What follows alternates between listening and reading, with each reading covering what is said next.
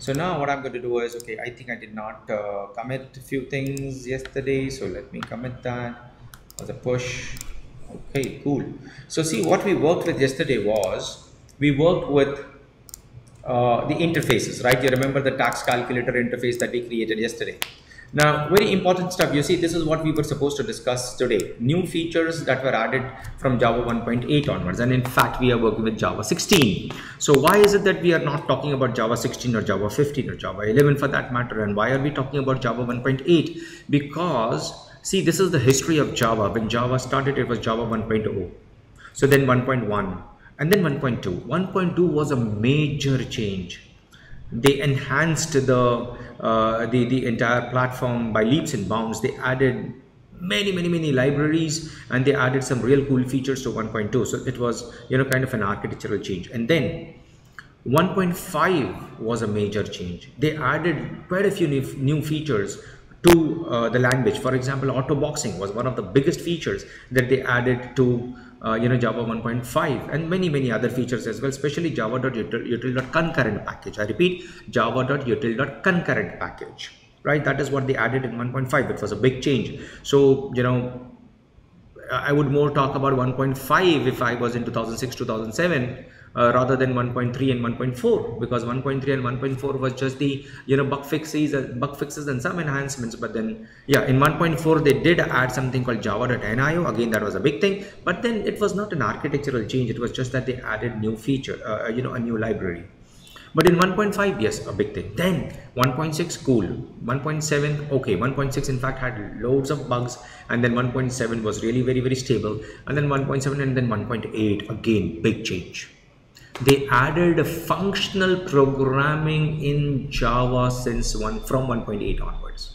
I repeat, from Java 1.8 onwards, they added functional programming. They supported, now Java supports from 1.8 onwards, Java supports functional programming. And then yes, Java 9 had additional API called Java flow interfaces, flow API, which helps you to write reactive programs. And then Java 9, some enhancements, module specific stuff and all.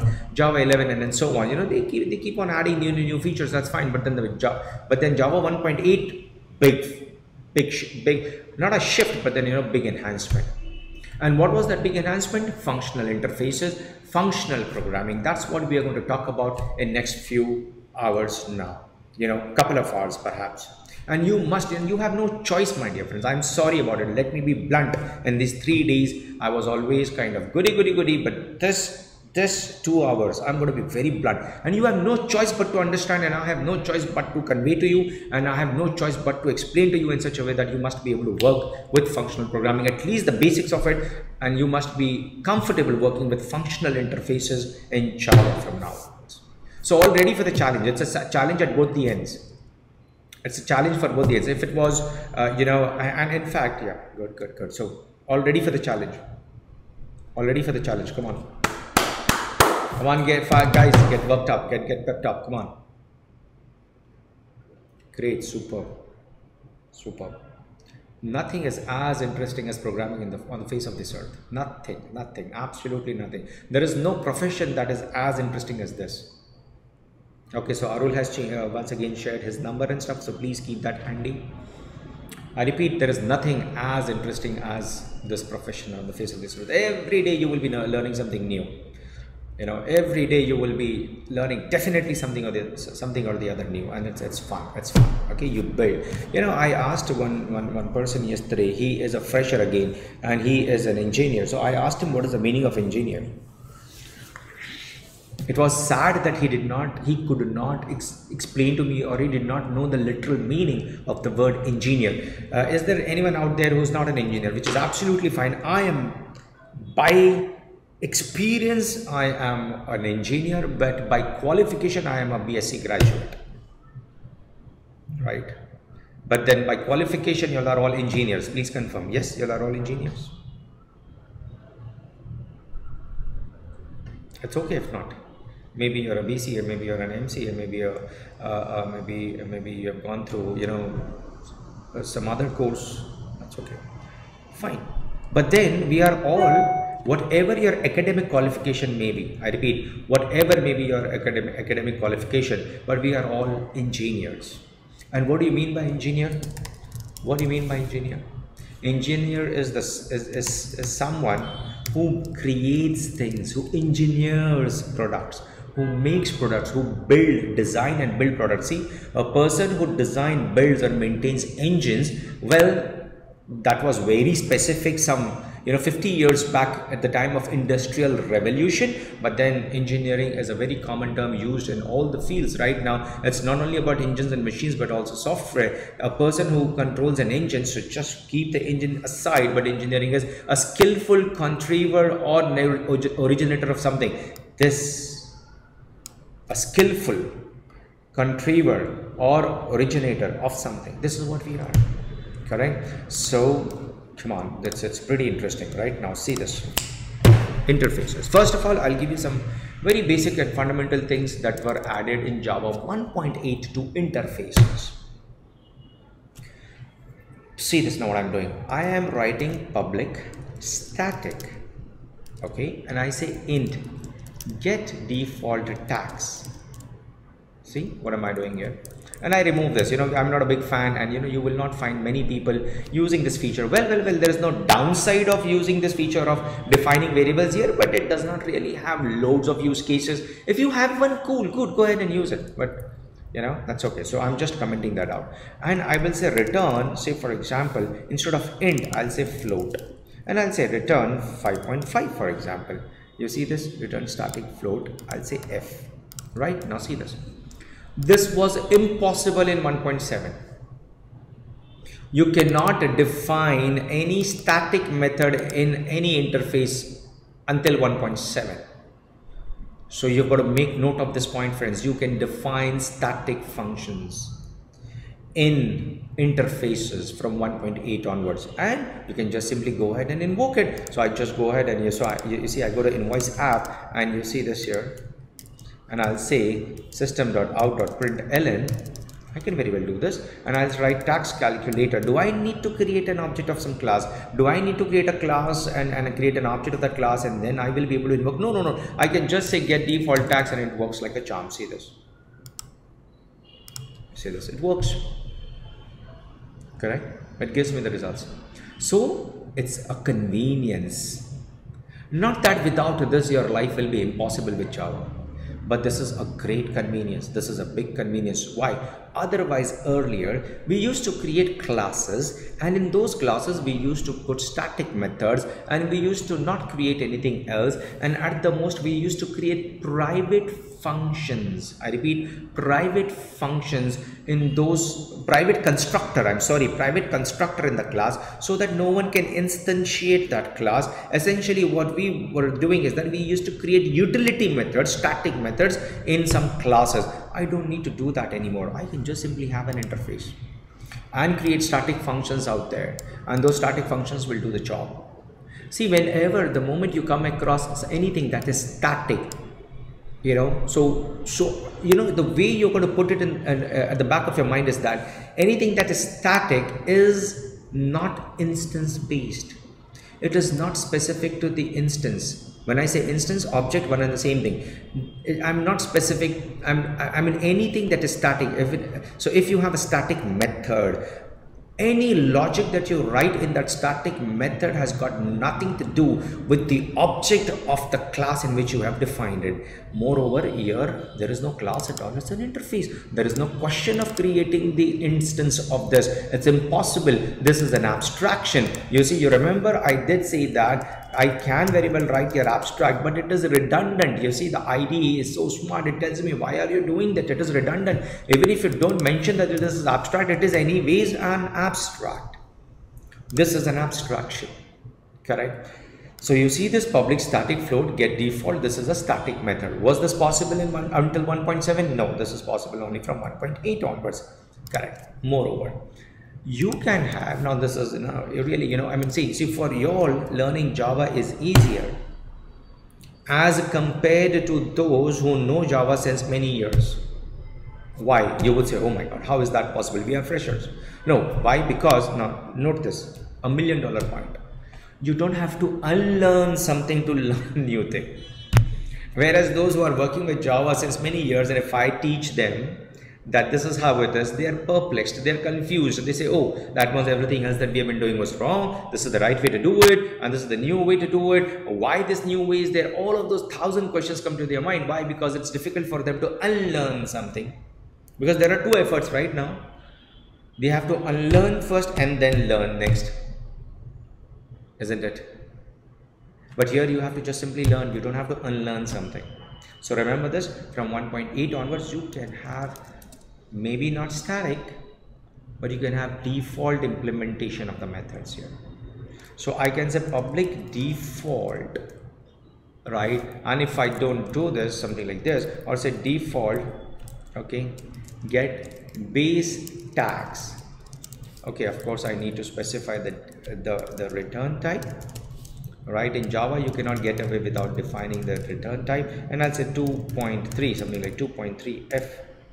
Here you go. I can have the default implementation of the functions here. See this beautiful things, beautiful stuff here. Correct? Public default float get base tags. Now this is not static. This is not static, so I cannot do this, you know. I cannot say tags calculator dot, you see, get default tags, but I do not have option of get base tags. I cannot do this. It doesn't work. Though I have defined it over here, but it does not work. Why? Because this is not static.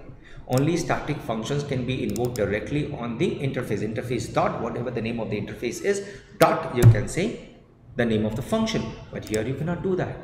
That's how it is. Why? Because it says whichever class that implements this interface, I repeat, whichever class that implements this interface will have the default implementation of get base tags. So that class that implements this interface may override get base tags or may not. If it does not override, the default implementation will be executed. Take a look at this function. Take a look at this function. I'm writing it right on the top just for the sake of explanation. Take a look at this calculate tags. Is it static? No. So there is no question of saying tags calculator dot something. Is it default implementation? No, it's not default implementation. That means there is no implementation of calculate tags in tags calculator. I repeat, there is no implementation of calculate tags in tags calculator. What does that mean? It means that any class that implements tags calculator will have to, or rather I will say must provide the implementation of calculate tags print. Actually, you know, it's, you know what, I always say this,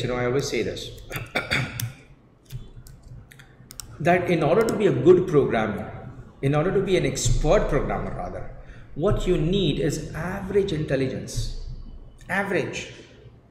Like me, I am an average guy. I'm a guy with average intelligence. I'm not super intelligent. I'm not above average. And hence I'm able to write good code. Because it's very natural, you know, it's common sense.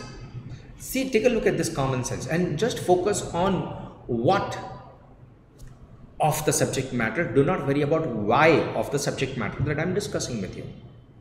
Please do not think of why. It's too early. I'm sorry about it. Don't mind. Not that you are not capable of understanding, but the amount of time that we have got is limited and we have got to talk about loads of things. We are supposed to still cover quite a few topics, my dear friends. We could have, I'm sure you are quite capable of understanding why of this subject matter, and I'm quite capable of explaining to you why of this subject matter, but we have got limited time. So as of now, if you want to make best use of the time that is given to us to discuss the subject matter in the interest of time and to get the best out of it, please focus on what of the subject matter. What happens? What is it? So what is the point out here? The point here is that from 1.8 onwards, as I said, do not worry about why.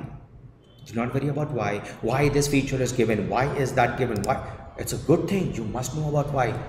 Just ignore that for now. You will automatically end up understanding why, right? You will automatically right? You will understand why of this particular subject matter. But then as of now, focus on what is the point that I'm putting forward. Interfaces, they are abstractions. You cannot instantiate them. You will have classes implementing the interfaces. One class can implement many interfaces. You have public void calculate tax, which is an abstract. Even if you do not specify this over here, it's an abstract function. Why it is an abstract function? See, it does not have an implementation. I have put a semicolon right here. I did not open and close bracket. If I do that, then in that case it will say, hey, hello, you're saying it's an abstraction, but you are opening and closing bracket, you're trying to put some implementation. How come?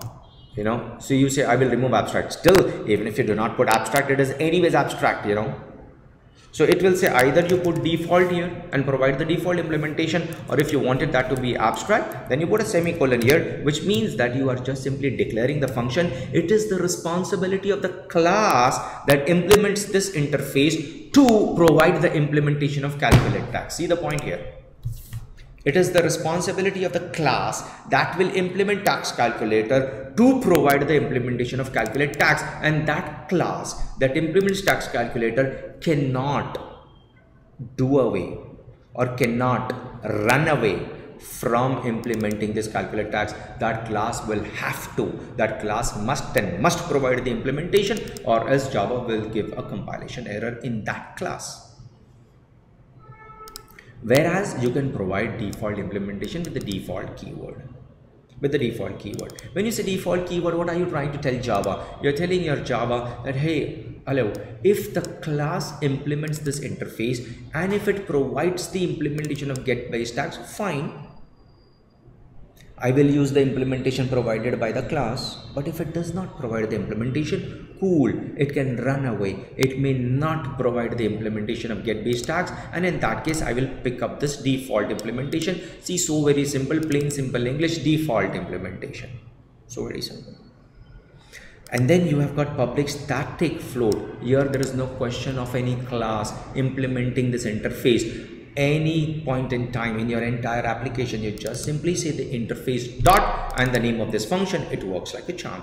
You just, why? Because it's static.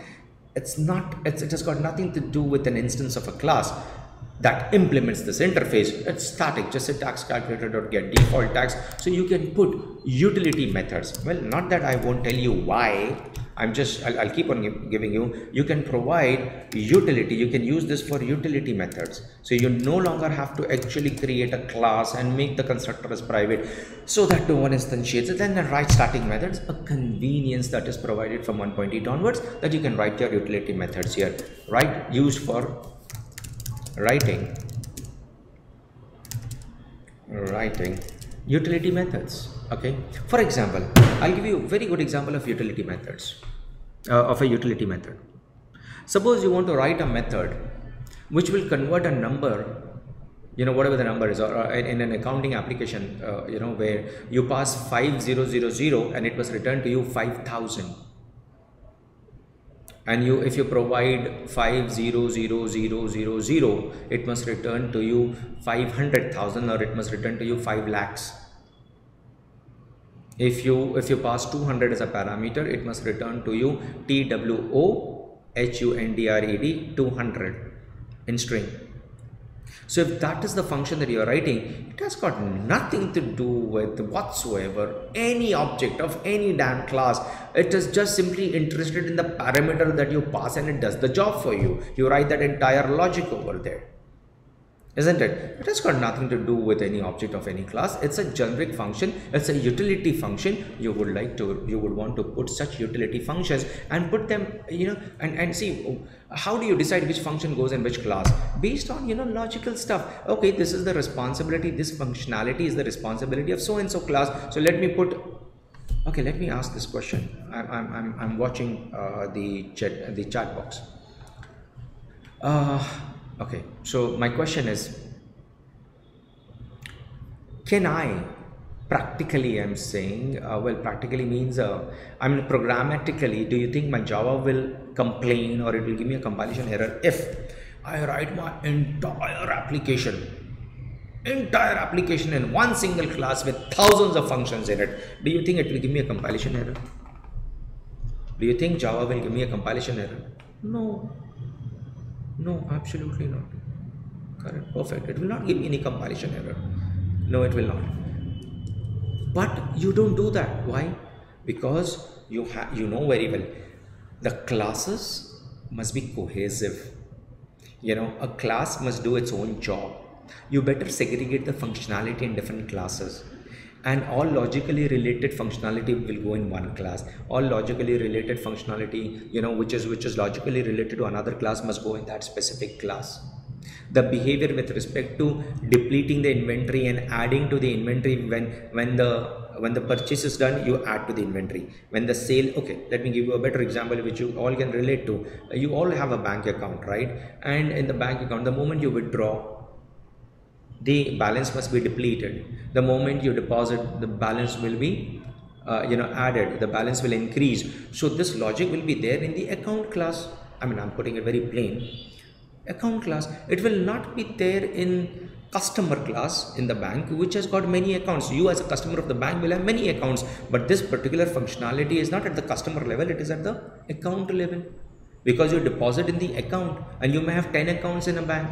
So you identify the right responsibilities and distribute those responsibilities to the classes, to the appropriate classes. Why do you do that? Why do you thrive to assign the right responsibilities to the right classes, so that your application is maintainable, right? So that your application is maintainable. So coming back to the point over here, you have got, you decide that let me put some, these 5-6 utility methods are quite related to each other. So let me put it in this interface. These utility methods are quite related to each other. They've got something to do with arithmetic calculations. Let me put it in some other interface.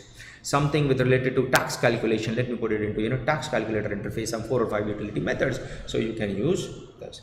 And then many a times it happens that, you have got 4 or 5 classes that implements an interface. Note my words. 4 or 5 classes that implements an interface. Out of those 5 classes, 4 classes has got similar implementation. Only the 5th class that implements that interface has got a different implementation of the same service. The service is get base tax. The service is get base tax. This is the functionality. You have 5 classes implementing that tax calculator. Now, out of those 5 classes, 4 has got same logic of calculating the base tax, but then only 1 out of those 5 classes has got a different logic. What you will have to do in the absence of this default, what you will have to do if it was 1.7, what will you be doing? You will have to copy paste the same code in those 4 classes, though there is a pattern called strategy pattern to do that. Keeping that aside, plain simple, without using design patterns, you will be forced to do what? Nothing but write the similar implementation in those 4 classes, but a different implementation in the 5th class. Your code is redundant, your code is duplicated, bad. But now in 1.8, you have got tax calculator, you have got the default functionality implemented here. Now out of those 5 classes, 4 will not care to implement and override get base tax, because the default functionality is already there in the interface. Only that one single class that has got a different logic of calculating base tax will have a special implementation. You will override that there. So you have this feature here. So to provide, actually, if you want me to give you the usage, why, I said don't worry about why, but I ended up giving you whys. So you see, they said, why would you do this? In order to provide default implementations in set of classes. And there is another reason also, which is beyond the scope of our discussion. It will go I mean, if I were to if I take up that point, then I will have to take up quite a few other points also, which is beyond the scope. As I said, you will eventually end up understanding these things later on. Okay, but this is something that is very critical. I mean, why part, as I said, I'm just giving you the overview, but what part we have no choice. You have to understand. I must explain. You must understand. So I hope you have understood the from programming point of view, from the what point of view. I hope you have understood what the default function is all about in an interface. A class implementing that interface may or may not implement get based tags. If it implements, whatever is implemented in the class will be executed. If it does not, whatever is there in the interface will be executed. So the default implementation is here, whereas this is as same as the abstract function that has been there since ages in the interfaces. This is a very common thing. What I have highlighted is a common thing that is there since inception of Java. In an interface, you can declare abstract functions, and any class that implements that function will have to provide the any class that implements that interface will have to provide the implementation of what? Will have to provide the implementation of that calculate tags. Now, why is this giving me an error? Why is this giving me an error? It's giving me an error because you see this here. I will go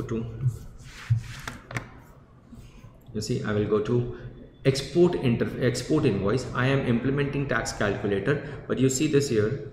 Okay, so this is good. Okay, yeah, no errors at all. You see this? So once again, take a look at this tax calculator interface. I have one abstract method, I have one default implementation, I have one static method. So you see this export invoice implements calculate tax, import invoice implements calculate tax. You got that? By the way, let me tell you one thing, that if I change the name of the method here, it is this IDE that is giving me this special thing. It is the IDE feature. It's not a compilation error, by the way.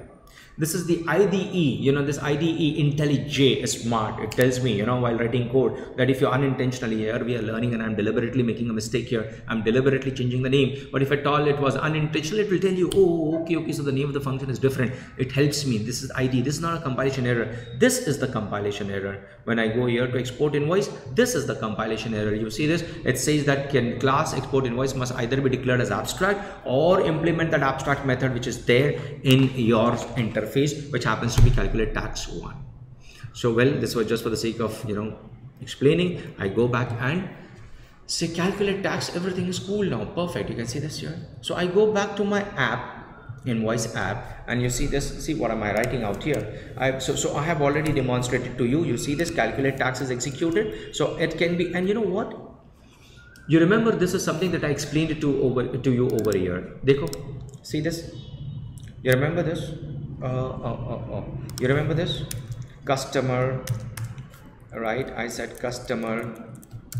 A customer is equal to new export customer, and you remember I can very well pass export customer as a parameter, or else I mean you can instantiate export customer, or else you can instantiate to what? Local customer. Why is this possible? Why? It's of type customer, but I can instantiate it to local customer. It's a customer, but I can instantiate this to export customer. How come? Because export customer is inherited from customer, belongs to the same lineage. So if I have a function out here, tell me ideally, I'll say public void print employee details, right? And if it takes an argument of type what? Customer is equal to, and then customer dot, I'll say print details. You see this here? I can pass this as a parameter now. I can say print, okay, I must make this as, see, you cannot call instance methods from a static method, right? You can call only static methods from the static method. So see, print employee details, and I say a customer like this, and I can pass. Now this a customer can be an export customer, it can be a local customer, right? It can be a local customer. One and the same thing. See here, I mean it doesn't not one and the same thing. The implementation is different, but still you see the point here is it's cool here, right? See, the point here is that, isn't it? See, so your dependency, this function is dependent on what? You remember I had made the statement, your function is dependent on, this function is dependent on fill in the blank and not on fill in the blank. Come on, tell me. This function, there is a test that you will have to take upon, friends. This function is dependent on dash and not dash. Come on, I want answer. This function is dependent. Remember, I did mention this several times while discussing this. Your function, yes, super Vanikendo. Brilliant. Very good. Aap gaanth bandh lo. In Hindi we say gaanth bandh lo. Like, you know, hammer it down in your mind. In English you say, you know, I mean, I don't know what is the equivalent of that idiom in English, but then just make sure that you tie it with yourself, and then you hammer it down, you know, you engrave it in your mind. This is how it is. It is supposed to be like, you know, functions, your client functions, your client classes must be functions dependent on abstraction,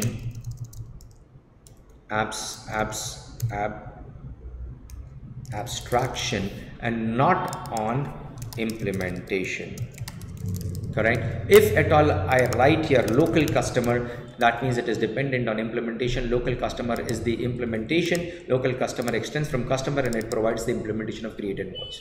So this is implementation. No, don't do this. Why? Because if that is the case, you will not be able to see you are passing this, and then you will have to write here local customer, and then the moment you change it to export customer, there will be a compilation error. So it must be dependent on abstraction, customer. And here also I'll say customer. So this works like a charm. You see this?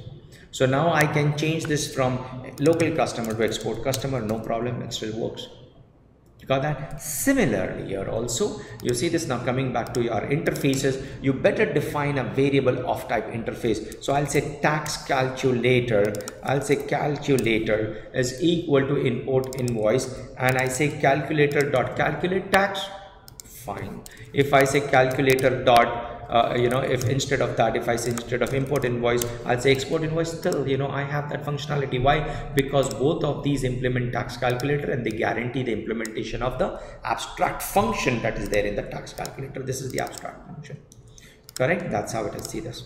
Tax calculator is equal to new export invoice. You got that? Or maybe it is import invoice. Now I have a question to you all. I'm going to write some code. Let me first execute this and show you. You see calculating tax for import invoice and 5.5. Can you see this here? Yeah, someone has a question. Yes, Anikendu, tell me, what is the question? Sir, the last part. Yes. So you see, you are declaring a reference variable of type interface, but you are instantiating it to any class that implements this interface. Again, the same thing. Dependency, the reference variable is of the interface, the abstraction. The reference variable is of abstraction. Okay, the reference variable. And what is the reference variable here? Reference variable is this calculator.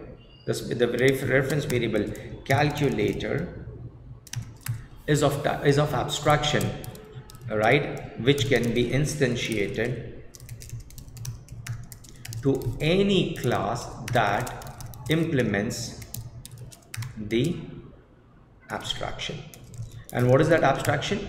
Tax calculator, right? So import invoice does implement tax calculator, so you can very well do this. In fact, this is the better way of doing it. Why? Because when you pass this as a parameter to some other function, it will be dependent on tax calculator. That means abstraction and not the implementation. So you see this, friends, calculate tax for import invoice and 5.5. Where is this coming from? This is coming from the implementation here. Calculating tax for import invoice. And then this calculate tax, you see this, you know, calculate tax, it return, okay. Yes, correct. So, oh yes, so this is get default 5.5 is getting, you know, this is the value 5.5 coming from your get default tax. You see this? Okay. Now another point, please see. I will say calculator dot get base tax. What do you think this will print? Calculator dot get base tax. Tell me, what is this going to print? I'm showing you something here. What do you think this will print? I have asked them to give us WebEx. Let's see how soon that comes in.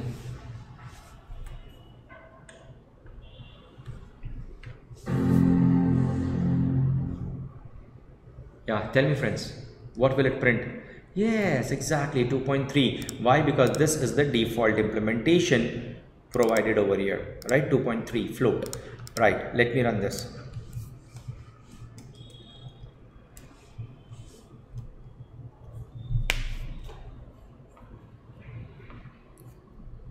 Got this friends? 2.3. Here it is, 2.3. Okay, now what am I going to do next is, please see, I'm going to go to import invoice. Okay, I'm going to go to import invoice, and here I'm going to write get base tax. I'm going to overwrite it, and I'm going to write return 10.5. okay, take a look at this.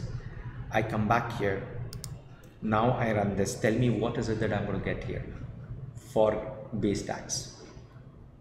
I better write here base tax. Tell me, what do you expect to see? Yes, 10.5. Why? Because you're overriding it. See, 10.5. Here you go, 10. Here it is, base tax is 10.5. Now I change this to export invoice. Now tell me. I have changed the implementation to export invoice. Now tell me. Very good. Super, super. You guys are brilliant. You guys are brilliant. No wonder you all have cleared interview of PwC. Right? Good. Very nice. Very nice. That's how it is.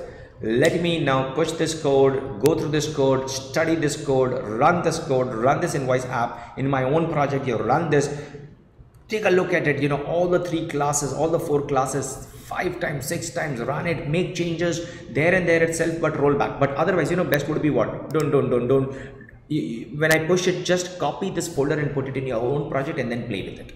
I repeat, copy this folder into your own project and then play with this. Don't make changes to my classes in my project. Once you take the pull, please make changes in your own project. Copy paste it and make changes in your own project, and make sure that you go through it several times, make changes, runs the stuff, let your imagination soar.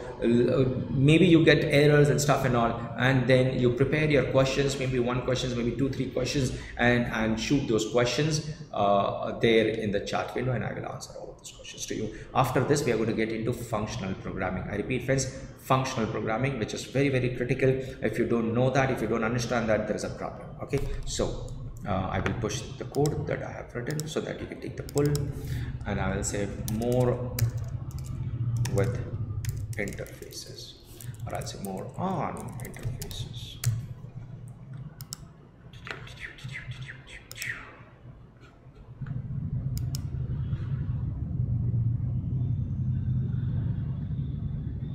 Okay, it's done, it's pushed, right friends, it's pushed. Take a look.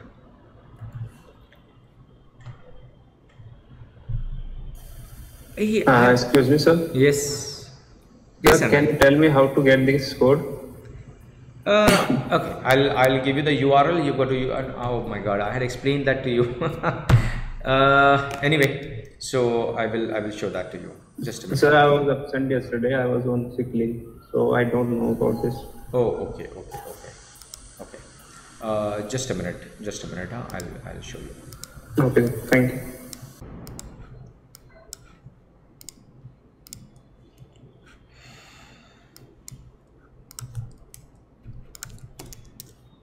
Okay, and I believe you can all see my screen, right? I believe you can all see my screen. Okay, good, nice. Okay, perfect. So you see this, we are going to continue with the same stuff. Tax calculator out here. See this. In this tax calculator, you have one single function as abstract function. Okay, I have one single function as abstract function, only one single function, and I have other function which is default. I have yet another function which is static, but they are not abstract. So when I say default function, it does have implementation here, so it is not abstract. Static function also will definitely have some of the other implementation here, so it is not abstract. How many abstract functions do you see here in tax calculator? Tell me. How many abstract functions do you see here?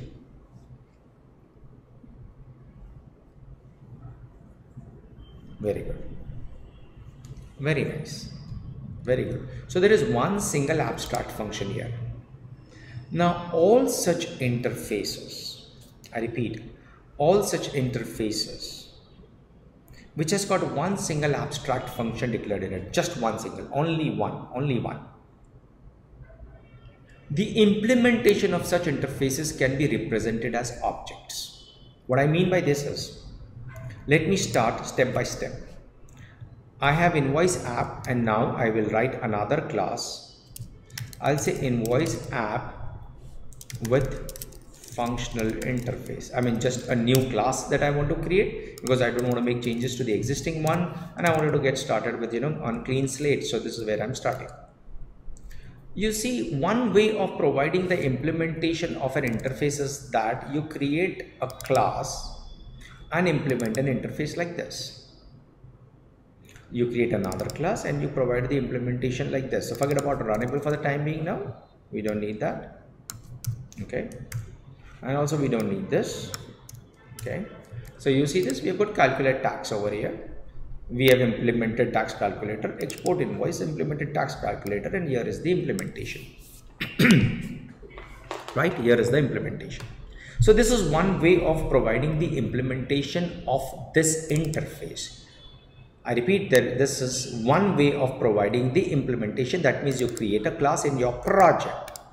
You create a class in your project and you implement that interface and you provide the implementation. See, I am repeating the same thing again and again so that you just get the point, conveyed across very, very nicely. So you can create a class, implement an interface, no big deal. You can very well do this. But the second way of doing it is, you say I have tax calculator. I'll say calculator is equal to new.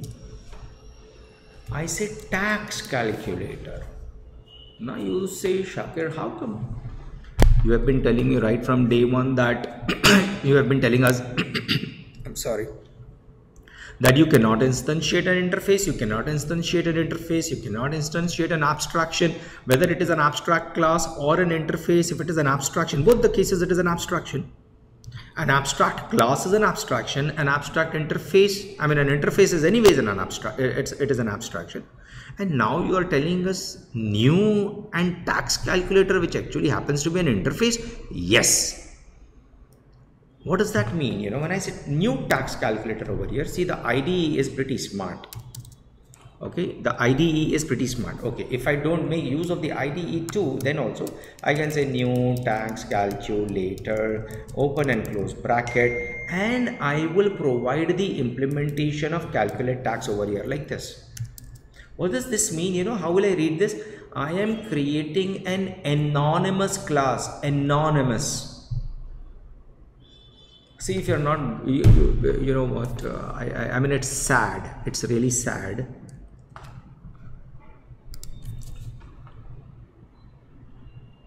It's really sad that we teach our fellow countrymen and we teach our masses in a foreign language. Japanese and Russians and Chinese especially, Russians and Japanese, they are quite ahead of us in technology. You all agree? They are quite ahead of us in technology. You agree or not? At the general level, they are ahead of us in technology.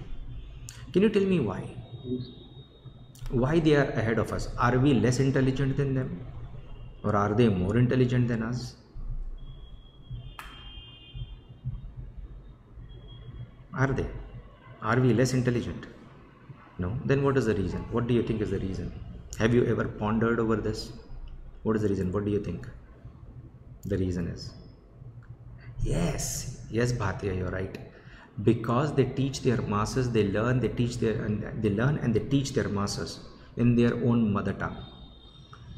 The president of Russia, whichever meeting he attends, on whatever forum, wherever in the world, he still speaks Russian, right? And Chinese guy, now they are really pretty good in English, but otherwise Japanese guy, he will speak Japanese, right?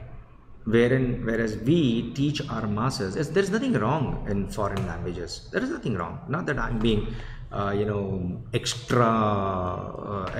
nationalist or something. No. But the point here is that we somehow do not, we still continue teaching our masses in the foreign language. And many a times you will find students, if they don't understand something, it is not because they are less intelligent, but because they are unable to cope up with the language that is being used. And this is a sad reality, can't change it. I and you cannot change it, can't help. Right, that's how it is. So it's okay. I have accepted the fact that English is a foreign language for me. So I would request all of you all must accept this fact. It's a fact. It's a foreign language. It's not our mother tongue.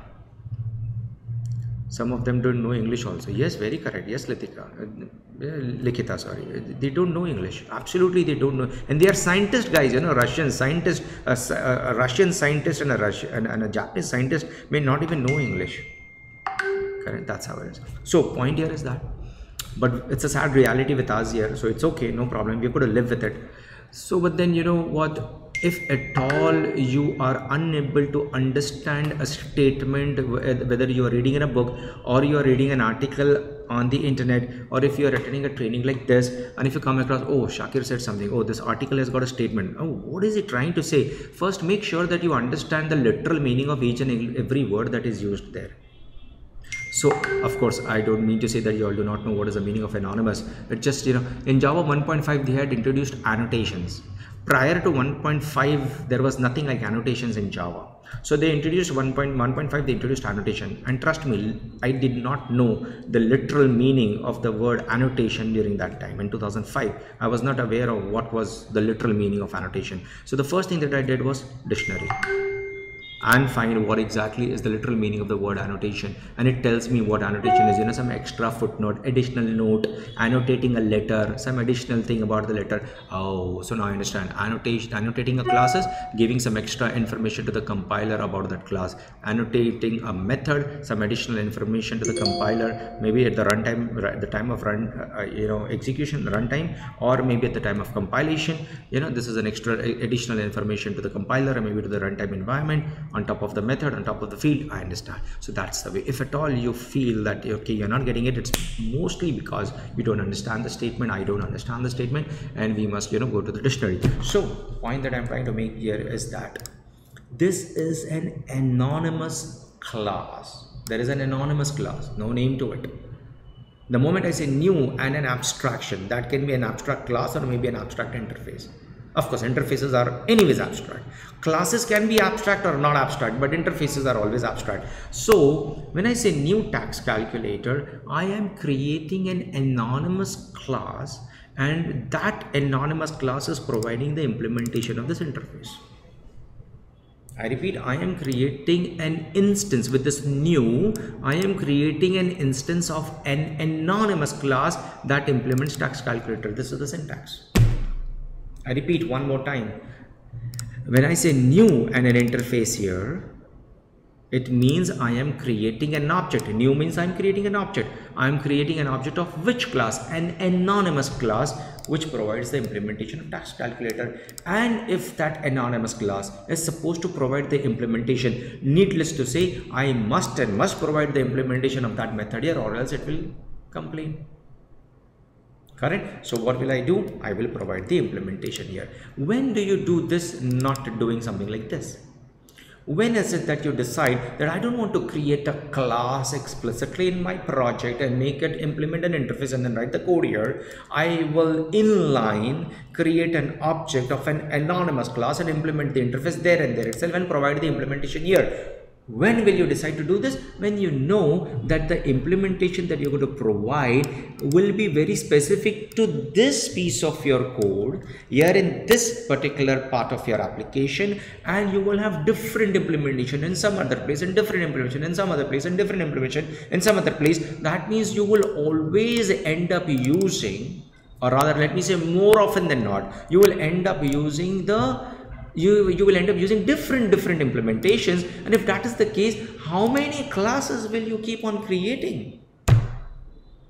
If in 10 different places you've got different implementations, how many times will you keep on creating different 10 different classes, maintaining those classes will be nightmare. And you know that the implementation is always different. Moreover, the implementation is fine grained. I repeat, the implementation is fine grained. Fine grained implementation means what? 2 lines of code, 3 lines of code, 5 lines of code. Fine grained implementation. Not that you will have 10, 20 lines of code. Fine grained implementation, 2 lines, 3 lines of code. Okay, maybe I perform some calculation here, some 2, 3 lines of calculation, and then I say some calculation here, and then I say return maybe 5.5. I'm hard coding in real life. Okay, it is supposed to be what? It is supposed to be float, isn't it? No, tax, calculate tax. Oh, it's a void. Okay, fine, no problem. So it's a void, so it is void. Let me keep it void, and I'll just simply say as out. Okay, let me do one thing. I will go back to tax calculator and I will say calculate tax. It returns a float, suppose. Okay, now why it gives me 3 problems out here is because this is now again supposed to return what? A float, isn't it? I'll say return 2.2, something like this. I'm not going to use this class anyways, and then I go to import invoice as well, and here also I'll say float, and here I'll say return 4.4 f.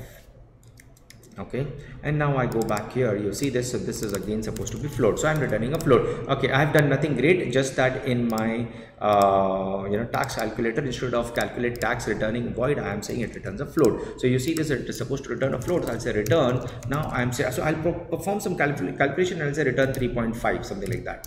Okay, f for float. You got this, right? This is how it is. Calculate tax. So return 3.5 f is what I have implemented, and needless to say, some 2-3 lines of code is written over here. So this is fine grained implementation. Each point of time, whenever I want to provide implementation, it will be different implementation. That means whenever I need to provide implementation, just hold on, friends. हाँ बोलो, जल्दी बोलो नील, मैं meeting में हूँ, बोलो.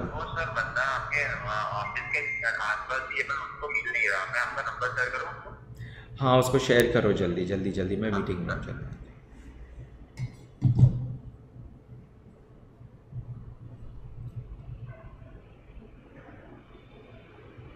Sorry guys.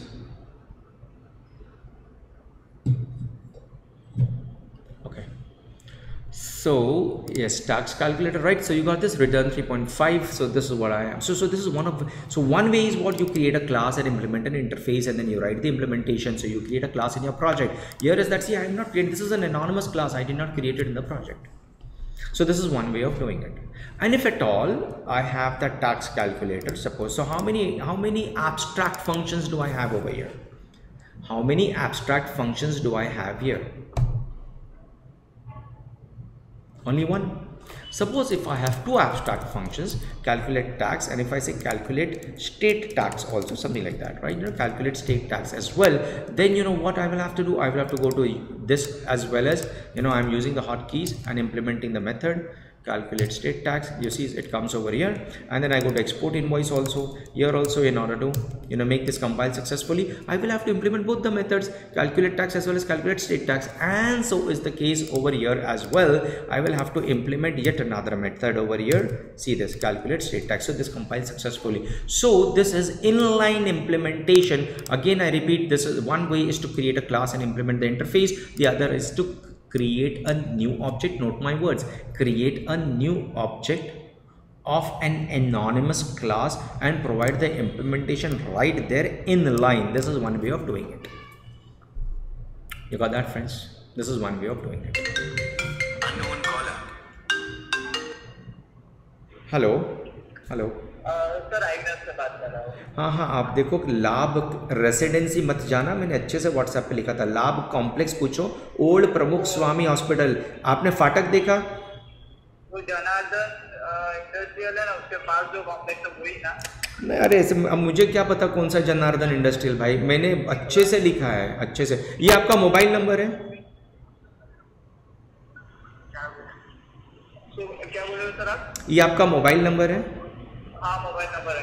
हाँ तो आपका नाम क्या है? उमेश है मेरा नाम. उमेश, मैं आपको वापस से अच्छे से मैसेज कर रहा हूँ मैं आपको, ठीक है? और वो मैसेज जो भेज रहा हूँ उसी के हिसाब से आप किसको भी पूछो, ठीक है? लाभ कॉम्प्लेक्स उससे आगे ही खड़ा हूँ सर। हाँ तो लाभ कॉम्प्लेक्स में ऊपर आऊँ ना, फिर लाभ कॉम्प्लेक्स आपको नहीं दिख रहा? लाभ कॉम्प्लेक्स बिल्डिंग 4 माले की बिल्डिंग है। हेलो, हाँ सर, आपको लाभ कॉम्प्लेक्स दिख गया? आपको लाभ कॉम्प्लेक्स पे ओल्ड प्रमुख, यहाँ पे खड़ा हूँ सर। अरे तो लाभ, तो फिर ऊपर आओ ना भाई, मेरी ऑफिस में आओ ना, सेकंड फ्लोर पे 204। ओके ठीक है sir. Sorry. Okay. Well, so you see this is how it is. You know, you've got a class. So you can have an object of an anonymous class that implements an interface, and you will have to provide the implementation. So far so good, right? But now, so this is all. I mean, whatever I have explained, right from Java 1.0 to Java 1. To Java 16 till date. Of course, this is all possible. Whatever I have explained with respect to this, creating an anonymous class of an interface, creating a class and implementing the interface, or creating an anonymous class, creating an object of anonymous class and providing the implementation right here, is available, I mean, throughout, like, you know, end to end. I mean, from 1.0 till date, I can very well do this, koi problem nahi hai. But from 1.8 onwards, they provided a third way of creating the implementation of the interface. I'm sorry dear, ये तो आपको ऊपर आना चाहिए ना? नहीं, it's okay. अच्छा, लाए आप प्रोडक्ट? हाँ sir. Okay. Hey, I'm sorry guys, I'll do one thing. I'll push this code. I've got a new product for me, so I will push this code. You also write this code or run this code and see the results. Okay. Inline implementation.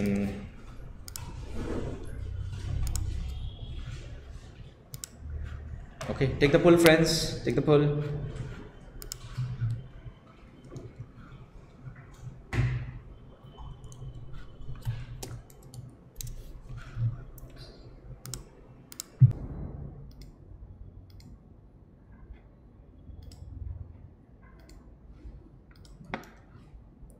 Okay, fine. So see, this is what we were talking about, right? This is what we were talking about. So you can very well have the implementation. You can very well have the implementation here, the default implementation here, and things really works well. Now, there is a third way that they have provided.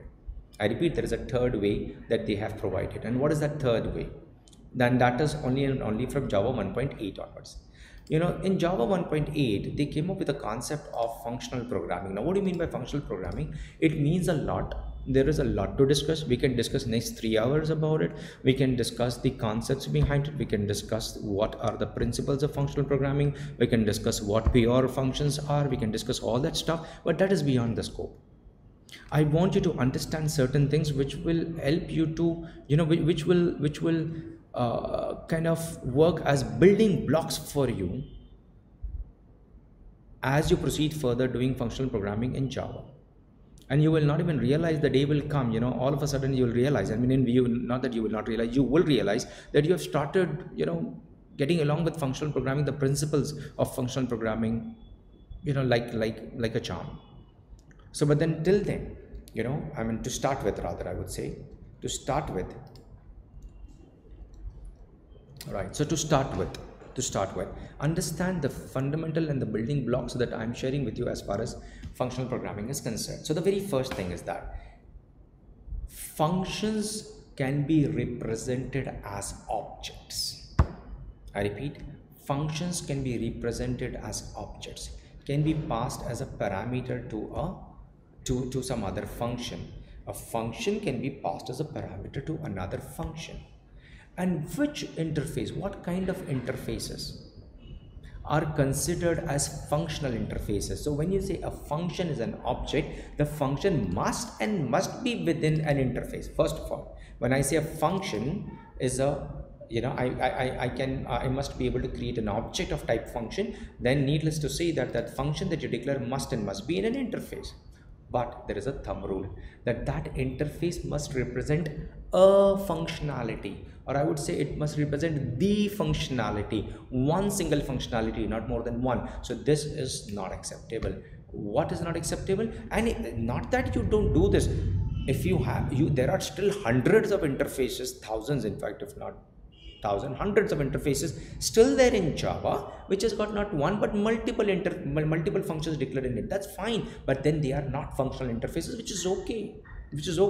In many places you may not want the functional interfaces, but in quite a few places, not in fact quite a few, in many other places, you may need a functional interface. So the first building block and the first thing that you need to understand is that an interface that has got one single function declared in it is a functional interface.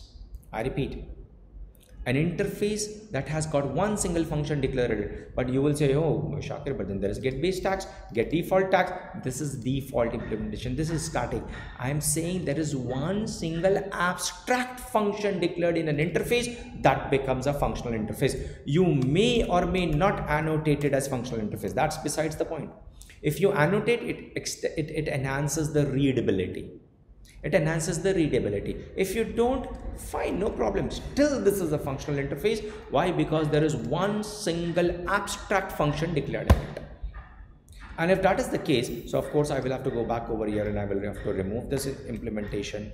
I need to go to this and I need to, so that everything compiles successfully, I need to go back over here and I will have to remove this as well. Okay, but then you see this, everything is cool. Okay, everything is cool here. Okay, everything is cool here now. See this?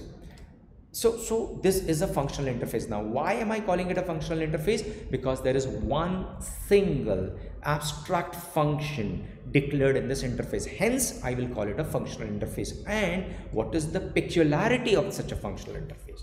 What is the peculiarity of an interface that has got one single abstract function? See, I'm saying things in I'm making different statements so that the point is conveyed across properly. What is the peculiarity of an interface which has got one single abstract function? What is the peculiarity? One is that I can call it a functional interface, and it is conceptually a functional interface. It represents a functionality. I don't know, whatever it is, whichever vowel you use, it represents the functionality. And what is the functionality? Give me one word answer. Come on, friends. What is the functionality that this tax calculator represents? Come on, tell me. I need an answer. What is the functionality?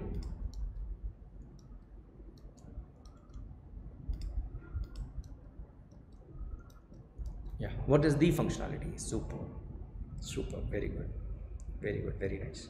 I hope you all agree. The functionality that it represents is what? Calculate tax. Yes, that is the functionality. Okay, tell me one thing. If it has more than one abstract functions declared in it, will the interface represent the functionality, or it will represent many functionalities? Come on, tell me. It will have many services, isn't it? Not the functionality. It won't be a function. Yes. So it ceases to be a functional interface if there are many functions declared in it. I'll repeat. A functional interface is not a functional interface. Okay, let me put it like this. An interface is not a functional interface. It ceases to be a functional interface if it has more than one functionality declared in it. It is an interface. An interface is a functional interface. It represents the functionality when it has got only one function declared in it. I hope this small but very critical point is crystal clear.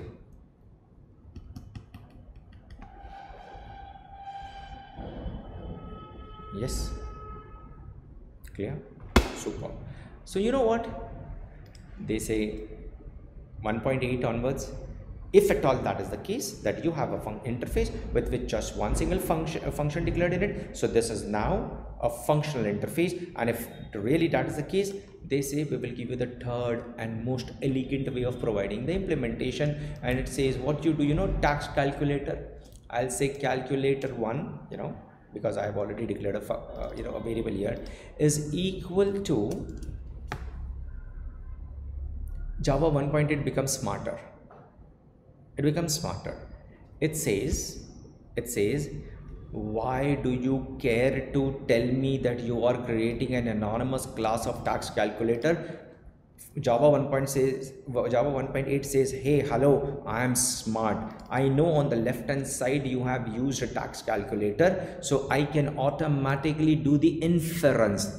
Repeat this, friends, inference. Type inference. लिखो इसको please. Type inference लिखो, और अकेले अकेले घर में भी बैठे हो तो 2-3 बार बोलो अपने आप को. You must say, you must repeat this to yourself. Type inference, type inference, type inference. Great, super. I'm just it's fun, isn't it? Type inference. Yes, great, superb. I'm so happy you all are all fantastic. You are participating very well. So 1.8 says, Mr. Shakir, you sit aside. I understand that this is tax calculator. I can automatically do the inference that on the right hand side, the implementation that you will provide will be of what? The implementation that you will provide will be of what? Calculate tax. Because tax calculator is a functional interface, there is no question that you will provide the implementation of something else. It has to be the implementation of calculate tax. And so it says, do not worry about it. Don't worry about it. Just don't tell me what is the name of the function like calculate tax. I can automatically infer that it is the implementation. I say, oh, that's really great. So I just have to do what? Open and close bracket. It understands that it is calculate tax. Then I say, I want to provide the implementation. It says, fine. Then you put an arrow here. This is called a single arrow, right? In other programming languages like TypeScript and all, we use double-headed arrow. Not double-headed, but a double arrow, we call it, right?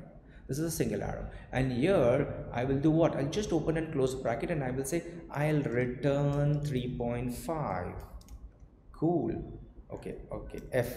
And then I put a semicolon. See the beauty out here. It says, don't tell me what is the name of the function. I understand if it is tax calculator, the name of the function that you are implementing is nothing but calculate tax. You have the body of the function. You have the body of the function here. It is just that you use this, and this is called, Lambda expression. This with an arrow providing the implementation of a functional interface with an arrow like this is known as what? Come on, is known as what? Come on, lambda. It's called a lambda function. Yes, correct. Lambda expression. So this is a lambda expression. You got that? And it is so very smart. It says, hey, hello, you are anyways writing only one line of code. If you really wanted to write quite a few lines of code over there, then it's okay. But it says if you just want to write one line of code, then why do you really take the trouble of opening and closing the bracket? Why don't you just simply say this now what I'm doing? Why don't you just simply remove this bracket and say 3.5? Done. It understands. Return ka statement ka bhi zarurat nahi hai. You don't need to put return statement at all. Done. See this, my dear friends, and see this. See the elegance here. And it is not only about the elegance, it is about huge other benefits. But then you see this. See here. Pretty simple. Pretty simple. So tax calculator 1, I am providing the implementation here. This can be any expression. This can be any expression. I can say 1.4 f plus I'll say 1.5 f. That's an expression. Sorry, with the semicolon towards the end. This is an expression. It's an expression. It can be any expression. All right. I can have a condition or whatever. I mean, I can have a complete expression here. You got that? Now suppose I go to tax calculator here, and you know what, now I'm going to comment these classes. I don't want these classes at all, but I think I must keep it. Okay, I better comment it because otherwise I will have to go every now and then, and I'll have to go and make changes to it. So this is okay. I'll comment this, okay, so that I don't have to go and make changes. So now I am with tax calculator and invoice app with functional interface. So I go back over here and I'm making a change. What am I doing over here? I'll say it takes the name of the state. I'll say string state, suppose something like this, string state. So I have changed the signature. So what does this mean here? Also, if suppose I have anonymous implementation, then I will say string state. Okay, string state. Cool. So here also, don't you think I will have to give what? Come on, that parameter will be passed, isn't it? String state here like this, compile successfully. Simple. So you need to provide a parameter. If it takes a parameter, you need to provide a parameter. So far so good. Come on, so far so good. Getting it? You need to provide a parameter. Cool. Now friends, please see. Mr. Java 1.8 once again stands up and says, hey, Mr. Shakir, I am smart. When I can do the type inference, why can't I do the inference on the data type of the parameter that is passed? It says I can very well understand if this is a functional interface, there will be only one function declared in it, and that one function ka signature, I very well understand the signature. Why do you even care to tell me that it is a string? I don't tell, it's a string. I just say state, right? I just simply say state. Now is it really important that I need to give the name of the variable exactly, the one that is used in the function? Absolutely not. I can make it x. What is this x? This x is actually the parameter that will be passed while executing this. So this is the implementation that you are providing, my dear friends. You are not executing it. As in this case, did I execute here or I provided the implementation? Come on. What are we doing over here? Are we executing it or we are providing the implementation? Come on, are we executing it? Will this execute, my dear friends? If I run this, I'm in public static void main. If I run this code, will anything execute? Will the implementation execute? No, nothing is printed here. See, I am just providing the implementation. So is the case here also. I'm just providing the implementation here, isn't it? Yes, superb, right, Chandana? We are providing implementation. Very good, Aniket. Very good, Manisha. We are just providing the implementation. We are not executing it. Now, when I execute it, I'll say calculator 1 dot, I'll say calculate tax, and now I provide the name of the state. I say Maharashtra. Now it will execute this implementation. Now it will execute, and I'll write system.out.println. I'll say calculator 1 and I execute calculate tax, and whatever it returns will be printed. 1.4 plus 1.5 will be printed out here, 2.9. Here you go. Now you tell me one thing, friends. Don't you think it is possible that I say here, take a look at this ternary expression over here. Take a look at this ternary expression here. I say if state dot equals, sorry, if it is x, I've given the name of the variable as x, isn't it? If x dot equals, I write Maharashtra, then in that case, question mark, I say the tax is so and so, or else I say the tax is flat rate 5.5, something like this. See, this is also an expression. Come on, yes or no, friends? This is also an expression. Take a look. This is an expression.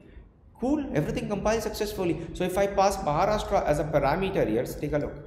I'm going to get 2.9. But if I pass something like Chennai here, you see this, now when I click, it's going to give me 5.5.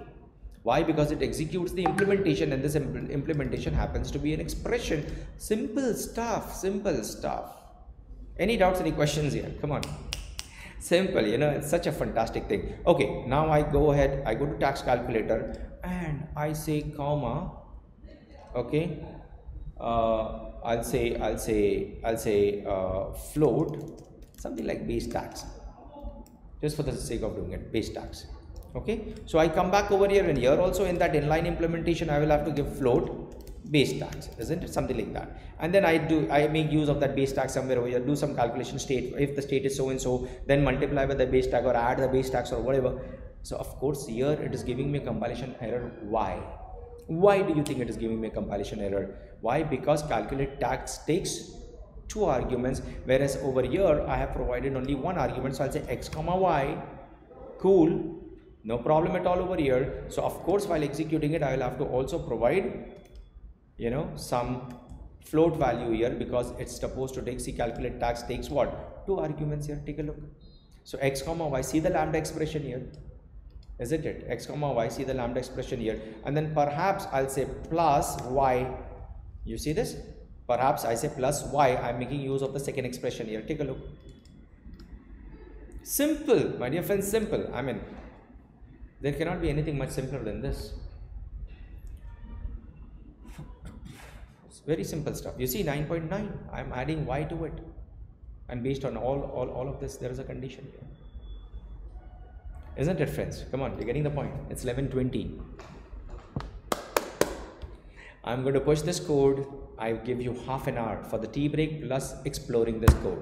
I repeat, I will give you half an hour in order to explore this code and in order to have your cup of tea as well. 15 minutes tea break, 15 minutes exploring it. If you have any questions, absolutely feel free to gather all of those questions. When we resume back, we will discuss. All right, we will discuss those questions. I will answer your questions. Right. So we are going to meet back at 11:50. Okay, half an hour tea break. Come on. So.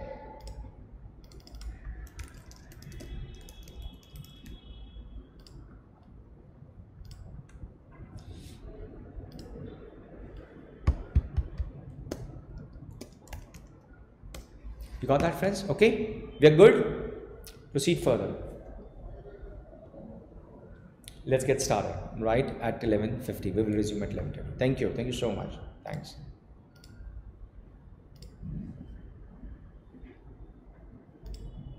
Right. So I'll share my screen now,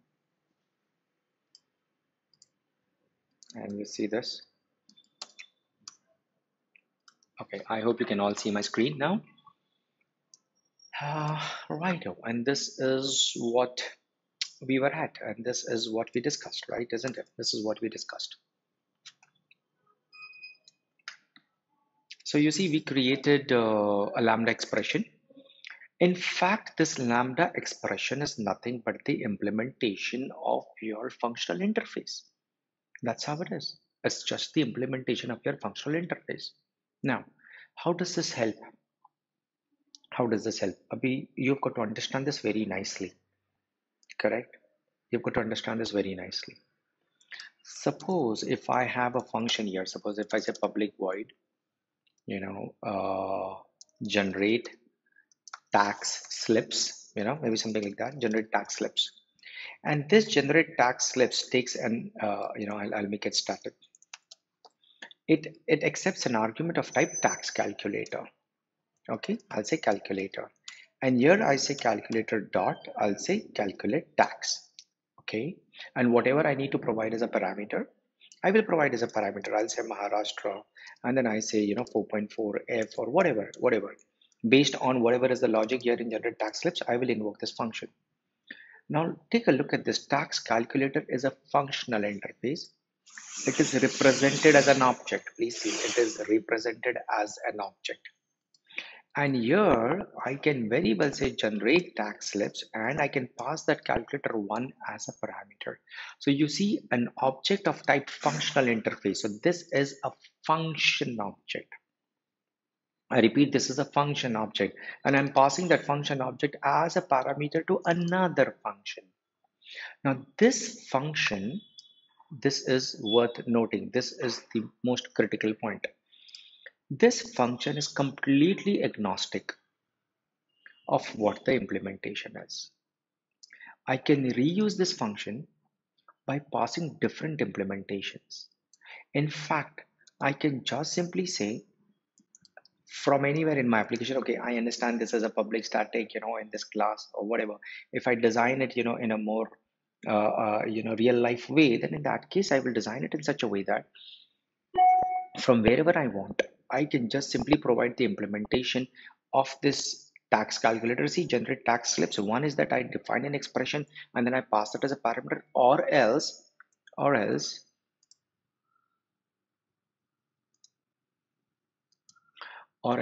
generate tax slips, or else, I can just simply give an expression here.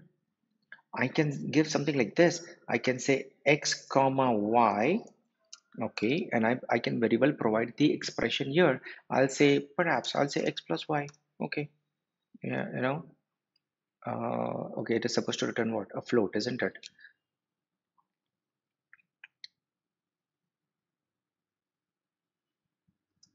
Oh, string cannot be oh, I'm so sorry. This first parameter is actually a string, isn't it? The first parameter is a string, and the second parameter is, so I'll say y plus 2.3, something like that. That's fine. अस्सलाम वालेकुम शबीर भाई, बोलो। नहीं, गलती से लग गया होगा, sorry. I'm sorry.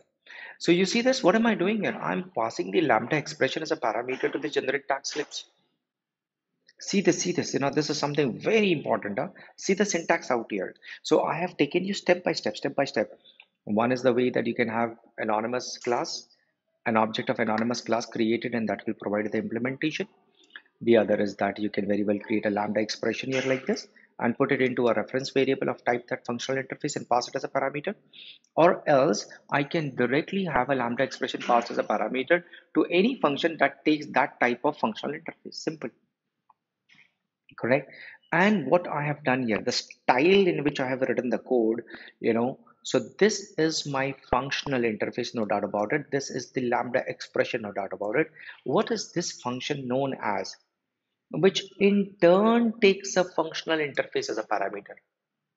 The point that I'm putting across is, what do you call these functions, such functions? What do you call such functions which takes another functional interface as a parameter, some functional interface as a parameter? What are such functions known as? Such functions are known as higher order functions.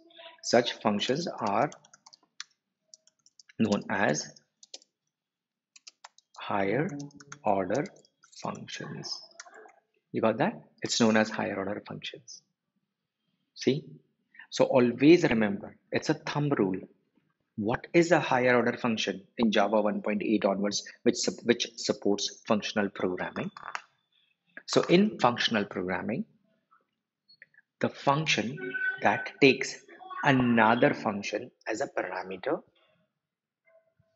is known, another functional interface as a parameter is known as a higher order function. So you can provide different lambda expressions here while invoking generate tag slips, thereby having different behavior. Here you are not defining the behavior, you are invoking the behavior. You are invoking calculate tags. So I can have entire recipe built over here. I can have some logic built, but this logic will be totally agnostic of the implementation that is provided. And I can provide different implementations in different scenarios, different circumstances, different situations as per the need of my business application. And I will be able to reuse this higher order functions. So far, so good. Any doubts, any questions, friends? Please feel free to ask. Any doubts, any questions?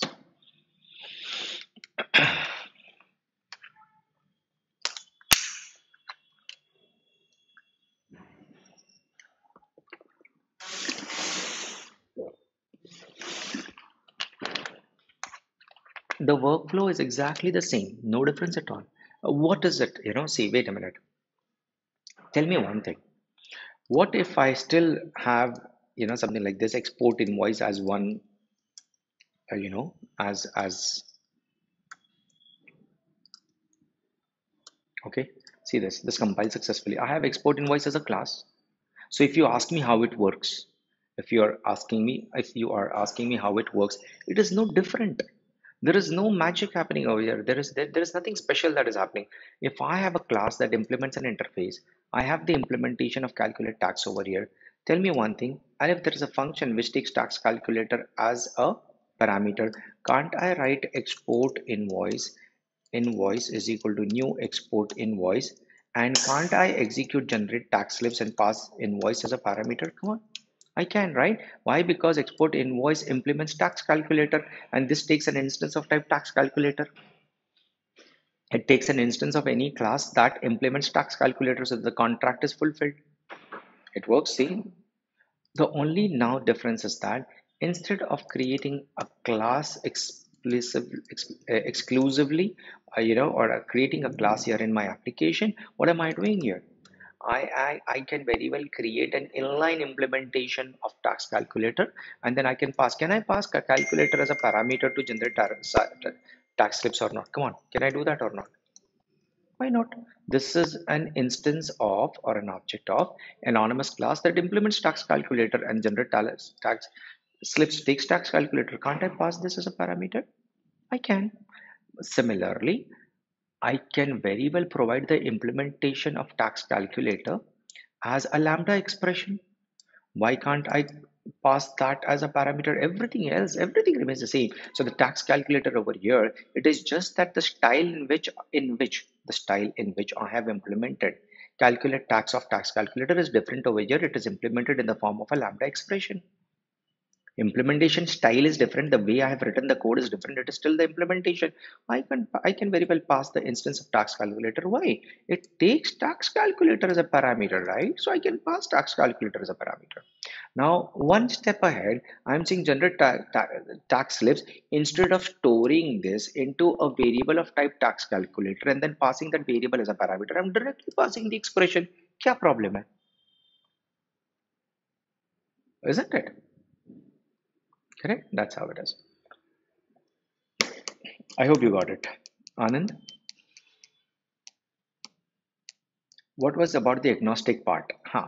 So take a look. Generate tax slips. It is invoking the function on tax calculator or it is implementing the function? Tell me. What do you think? It is invoking the function or implementing it? Correct? It is invoking the function, isn't it? So it is agnostic of the implementation. It doesn't know about the implementation. The implementation is given in some other function. Here is the implementation, and there can be different implementations. Can't I do this?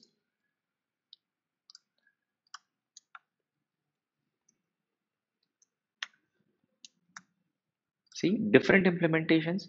The same function is called with different implementations. Generate tax slips does not know about what is the implementation logic. It is only concerned with the invocation of it. So when this client function, when I say client function, this is the function that is dependent on tax calculator. So when it is dependent on the tax calculator, it is only concerned with the invocation of it. It is not concerned with the implementation. That's what I was saying. The client function is agnostic of the implementation. You got that? Okay. All right. Pretty simple stuff. Good. Very nice. Okay. Now I am pushing this code. Take a look at it very nicely. Play with it. Make some changes. Put something on the console, and then tell me once you're done with this. I will give you 5 minutes for this. Exactly 5 minutes. Okay. I will give you only 5 minutes. Play with this. Take this code in your own project and play with it. Okay.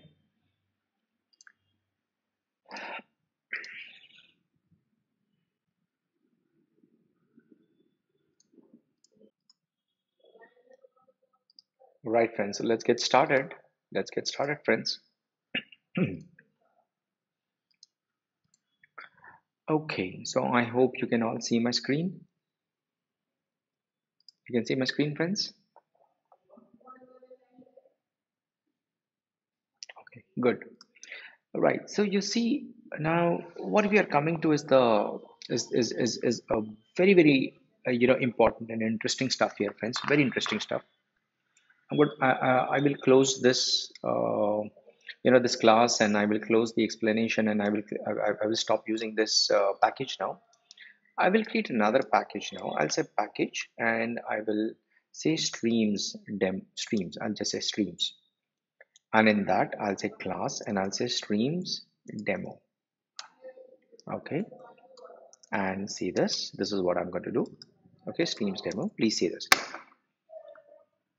Uh, from Java 1.8 onwards, they provided a very elegant component that helps you to work with collection of elements, collection of data. Now, in order to take you there, I need to explain few things to you. Before we start getting into Streams demo, wait a minute. Very quickly, I will cover a few things, and I would want you to actually spend some time on that instead of jumping onto Streams. So I'll say class, Java class, and I will give the name of the package. Rather, I will create a new package. Okay, and I will give the name of the package as collections. Okay, so see this, and okay, collections new, and I'll say Java class array demo. Okay, now in array demo, okay, so there are three my mistake, there are, so instead of one, okay, array demo. So you see this now in array demo, very simple stuff, very simple to understand, and I'm very sure you all know this. What is an array? For example, I can create an array of int. Okay, I'll say numbers, is equal to, I can initialize the same year 1 comma 2 comma 5 comma 6. So I have an array here. Correct. I can do this. I'll write system.out.println. I try to print the numbers. I can get the numbers. Take a look.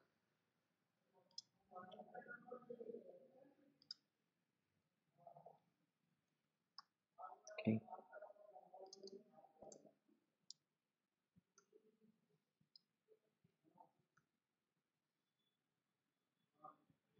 Okay, it executes. Can you see this? It prints. But then if I wanted to get the actual value, then I'll say, for example, I want the value of the third position. So this is 0th position, this is first position, this is second, and this is the third position.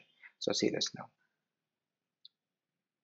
Okay, I get the value at the third position, 6. If I say give me the value at the 0th position, then this will give me the value at the 0th position. So I'm using the hotkey in order to run the program. You see this, it gives me 1. Simple as this. Correct. I can very well say string, and I can say names is equal to, I can create an array, right? And I can say, name 1, I can say name 2, I can say name 3, and so on. I can do this very well, correct? And then once again, I can write as out, and I can say names. But if I wanted the name, of the 0th position, or maybe the first position, if I say 1, and then you see this, it prints me name 2. Very simple array. So you create variables in order to hold a value, and you create variables in order to hold multiple values in the same variable, but then it has to be an array. It is supposed to be an array. You got that? But there is a problem with arrays. It's a fantastic stuff. It's a very fantastic thing, but then there is a big problem here. And what the problem here is, with an array, you will not be able to change the size of it once declared. So the size of this array, if I wanted to print the size of an array, I'll say, for example, I can print the length of an array. So I'll say numbers dot, I'll say length. So this will give me, you can see this will give me 4. Okay, I'm sorry about that background noise. There is something going on in the next door office. Okay, so you've got, 4. You can see this. Why? Because there are 4 elements. Now there is no way that if you wanted to add an additional element in numbers, there is no way to do it. Once you declare an array with some values, the length becomes fixed. Or else at the most what you can do is, you can say int an array and numbers2 is equal to, I can very well say new int, and I can define the size, no problem. But then once I define 10 as the size, done. It's done. You will now not be able to have the 11th element. From 0 to 9, you will be able to put only 9 elements. How will you put the elements? I'll say numbers 2, and I'll say at the 0th position I want to put a value 12 or whatever, and then on the first position I want to put the value, and then you say you put something else, okay, as the value, and so on, right? So you will be able to put values, but then you cannot extend the size of it. In Java, you cannot extend, in fact, not only in Java, in any programming platform, you cannot extend the size. And if you say, yes, I can do it in TypeScript or in JavaScript and all, so then in that case, there behind the scenes, it does the job for you of extending the size, but it actually doesn't extend. What it does is that, so here in Java also, we do have a feature. I can very well work with, because many a times you don't know, right? If you want to retrieve the list of all the customers which are there in the database, how would you know there are how many customers? There may be 5 customers, there may be 5,000 customers. At the time of writing your code, how will you know how many customers? So how will you define to hold the value of all the customers, or to hold all the customers, what must be the length of your array? How will you know? You will not know, right? So if you define, a smaller size, if you define a smaller size, then you will have to, what is it that you will be doing? I mean, if there are more, you will be in a fix if there are more number of customers that are retrieved, isn't it? It will fail. So what we do is that we don't define, wherever we do not know that what will be the total number of elements at runtime. I may have varying number of elements. I may have 10, I may have 100, I may have 1,000 elements. Then in that case, hope I am audible to you all, friends. Can you please confirm? Am I audible? Yes. Okay. Thanks. So you see this in those cases where I do not know, I cannot anticipate. I repeat, I cannot anticipate how many number of elements I would want to hold into an array, then in that case I will not use an array, I will use an array list. So I'll write array list demo.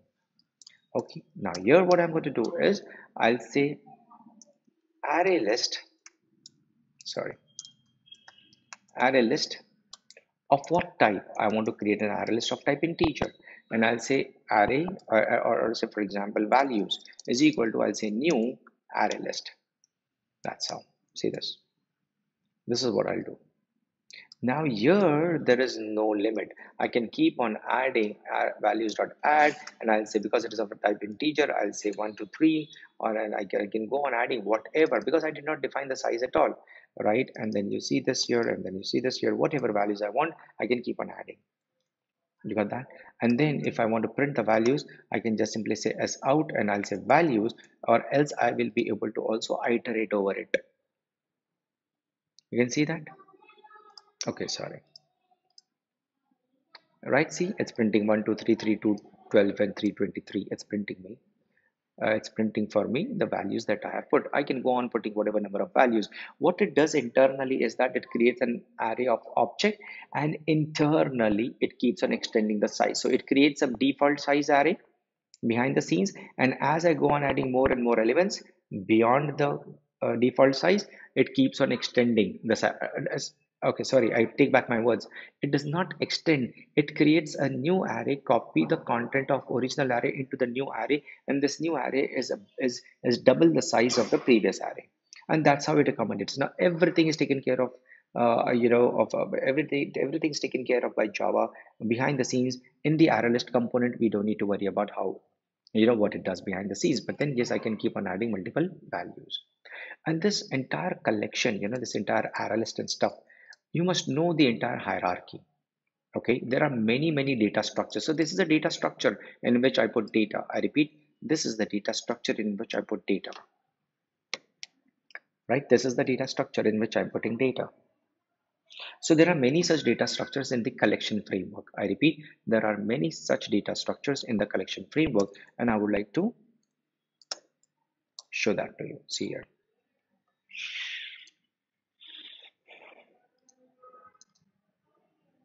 Okay, so you see this. I will create, I will create, and I'll say collections, right? And you see this. So what you have is,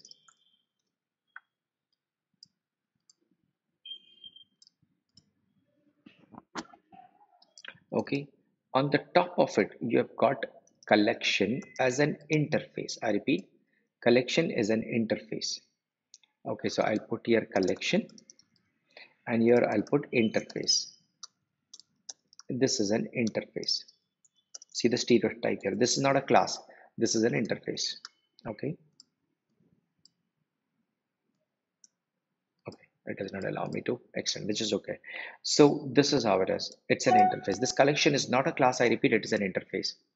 Then there is another interface that extends from collection interface list. One particular interface can very well extend from the other interfaces as well. So you see this list extends from collection, and list has got two classes. Now this is a class. There are two classes, array list. So here what it is a class. It is not an interface, it is a class. This class implements, I repeat, this class implements. So I'll go to UML.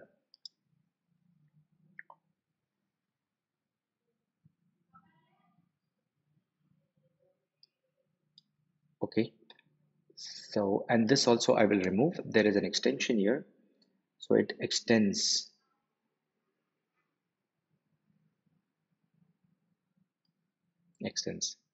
Right?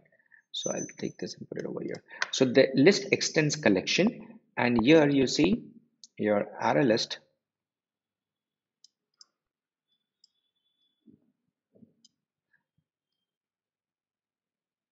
It implements the list.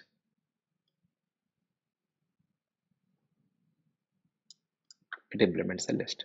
Correct? That's how it is.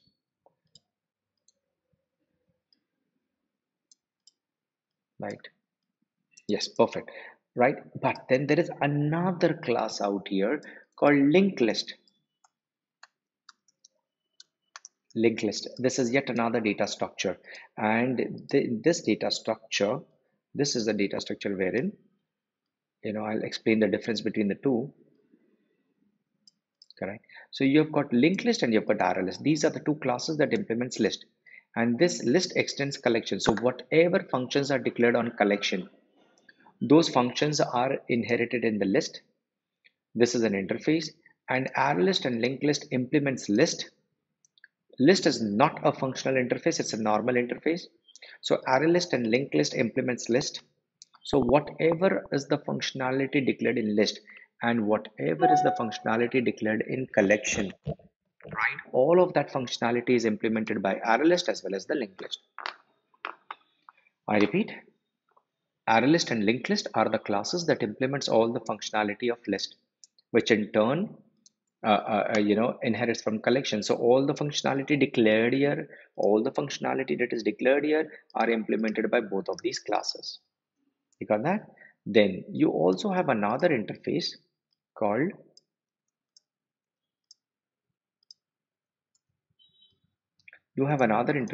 set. Another interface called set. Okay, this set is an interface which is different than list, and how it is different I will explain that to you. But then there is a class here that implements set, and that class is hash set. This is the class that implements this interface. Okay, sorry, I must pick up this notation.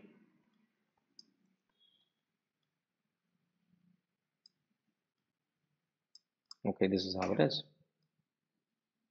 This is how it is. So hash set implements set. This is how it is. This is how it is, friends. Okay. Now let me explain what is the difference between array list and linked list. Why two different classes?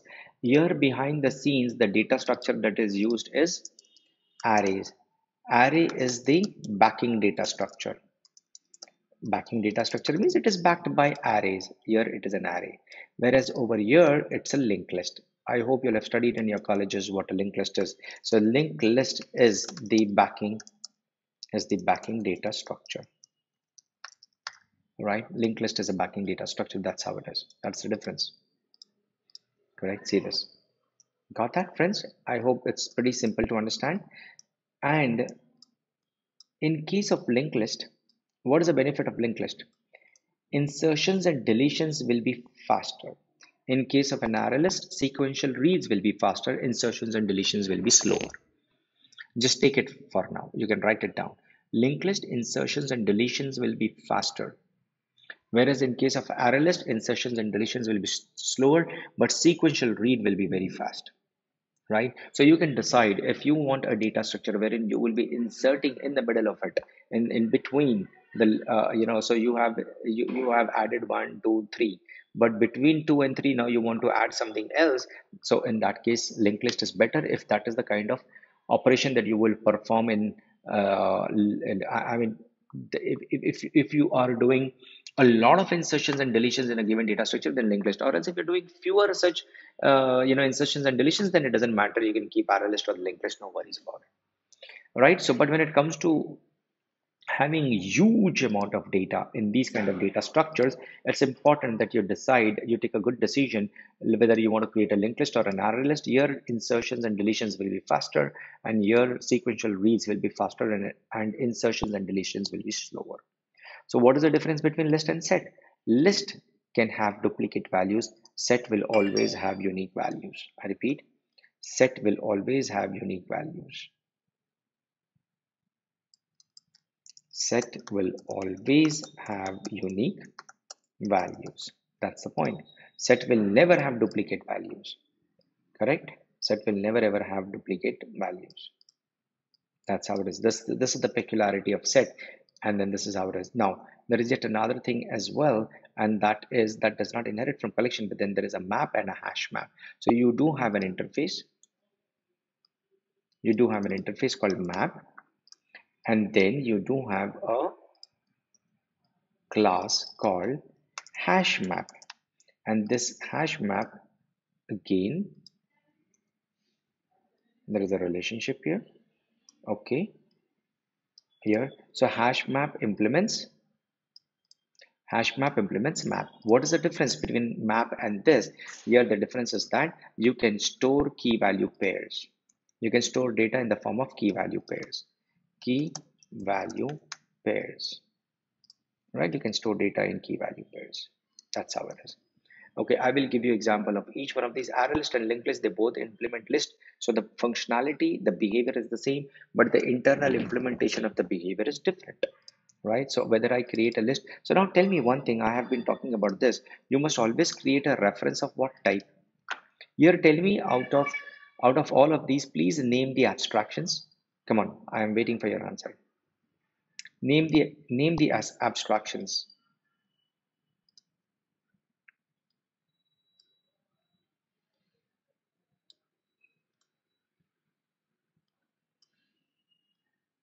Come on. Abstractions are what? Collection, list. No. Array list is not an abstraction. I'm saying which all things over here are abstractions. Collection, map, list, and set. Correct. Collections. No, it's not collections. It is collection. Collections is a different class altogether. Hello, friends. Please don't get confused. Here you do have something like collections, which is a class. This is a class, whereas you have something called collection, which is an interface. This is an interface. Okay, so please don't say collections. Collections is a utility class. We are talking about, I didn't say collections, it is collection. Yeah, list set. Well, queue I did not mention here, but yes, queue is also an interface. Queue is also an interface, right? And see, from when onwards queue was introduced, you can see queue.util.java, and you can see this, it was introduced from 1.5 onwards. Otherwise, collections was introduced from 1.2 onwards, right? Good. Queue is also an interface. But among all of these, see, collection, list, set, and map, all these are interfaces. What does that mean? These are abstractions. Yes, DQ is also there, doubly linked list. And you can traverse backwards as well. Correct, right? Very good. Whereas array list and linked list and hash set and these are classes. These are classes. Correct? Yeah, they are iterable. All of these are iterable. Each one of these are iterable. Correct? That's how it is. Beautiful stuff. Very simple, easy to understand. Isn't it? And I hope you'll have, yes, sorted set is also there. That sorted set is here. Sorted set is an interface. Sorted set is an interface. So I'll say sorted set. Sorted set is an interface. Okay. This extends from set. Sorted set extends from set. Okay. And there is a class. That class is tree set. That implements sorted set. So here the keys will be sorted.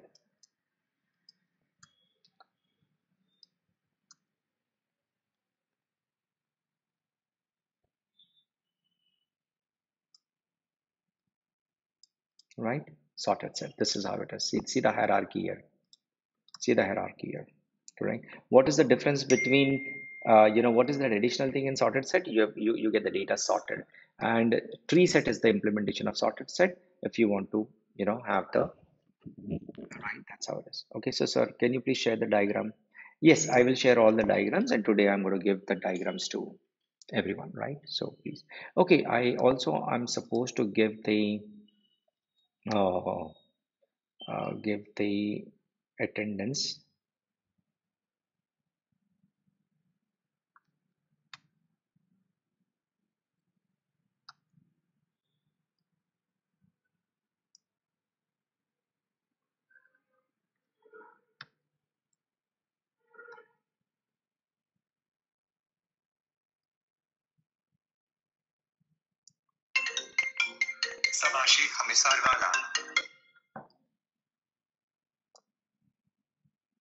Okay, so I will pass over this attendance to them. All right. Okay. So, yeah, coming back to the point here. Linked hash set. Yes, Bhartiya, there are many such classes. It's okay, it's okay. So, so the ones that we are declaring over here. Now, my point here is this. So while I declare, we have been talking about this a lot. So while I create an instance of array list, on the left hand side, the reference variable must be of what type? What should be there on the left hand side? What is ideal? Now this also works. There is no error here. This also works very well. But then ideally, this reference variable must be of what type? Tell me. Take a look at this image and tell me. Ideally.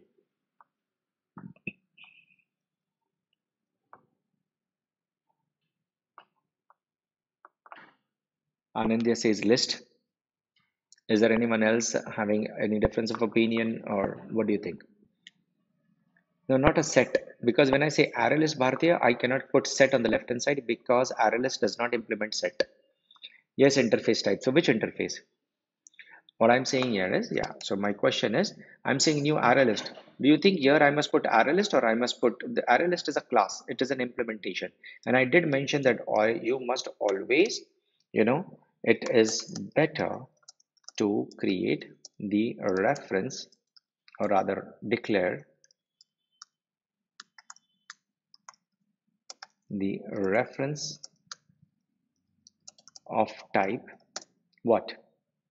Abstraction, right? Take a look at this now. So which class, array list implements which abstraction? Array list implements which abstraction? Tell me. Yes, correct. Super. So here, ideally, what should I give?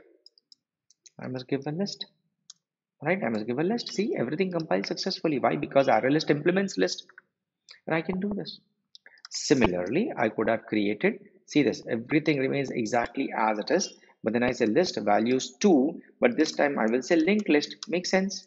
See, because linked list also implements list, and I've given, see, integer list, integer values 2, linked list, and I can put whatever values I want. So it will have the same behavior. Behavior is there in both. Why? Because both of them implements the same abstraction. It implements the same interface. But what is the difference? Difference is in the implementation of add. The way add happens here. See, let me take you to the source code. You can see this here, right? So the way, okay, let me take you to linked list. And here, if I say add, see this, the way linked list last, and then see the way that they have implemented the logic of adding in a linked list is different as compared to, I'll go to array list.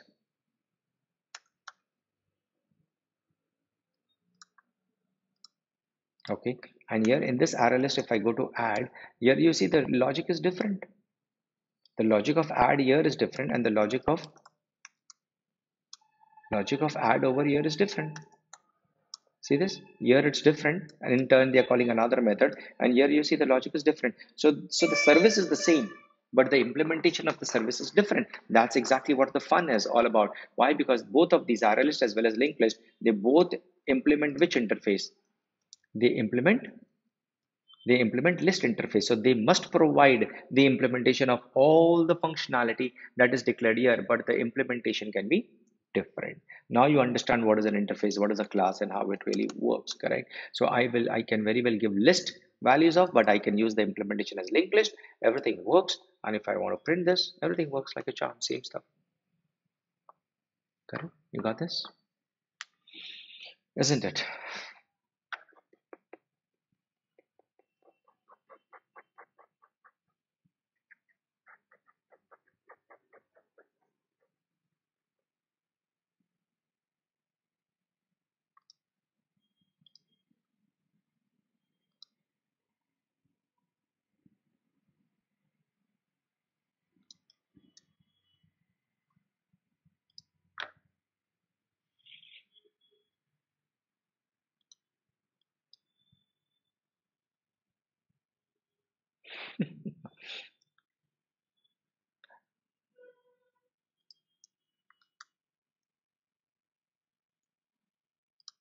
See, copy paste is such a bad thing, isn't it?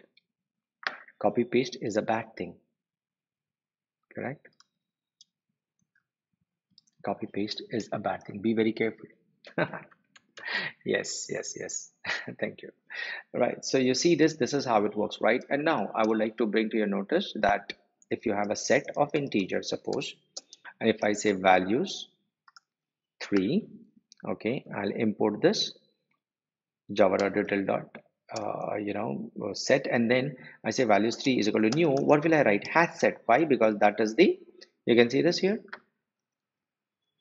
You can see this hash set implement set, correct? So I go back here and I say values 3 dot, you can see this, I can say add again, and I'll say 12, and then again I say 12, and then again I say 12, right? It will never ever have duplicate values. I say s out, and if I say values 3, take a look, it will have just simply 12. Why? Because it does not allow duplicate values. But if I say 12, 12, and then 13, it will have two values, not 3, because 12, 12 is duplicated. So I'll have 12 and 13.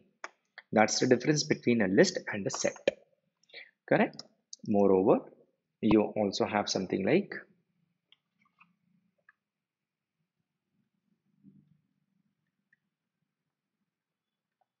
okay, there are no lights here. So,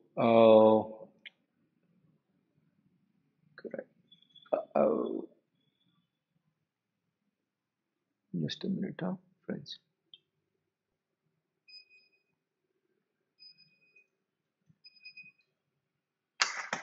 Yeah, sorry.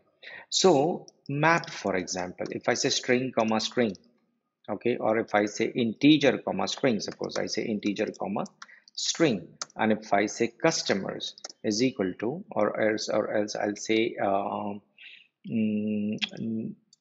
employees, or I'll say names is equal to, I'll say new hash map, correct? Because that's the implementation. You can see this hash map implements map. Now what is the peculiarity here? I said key value pairs. What does this mean?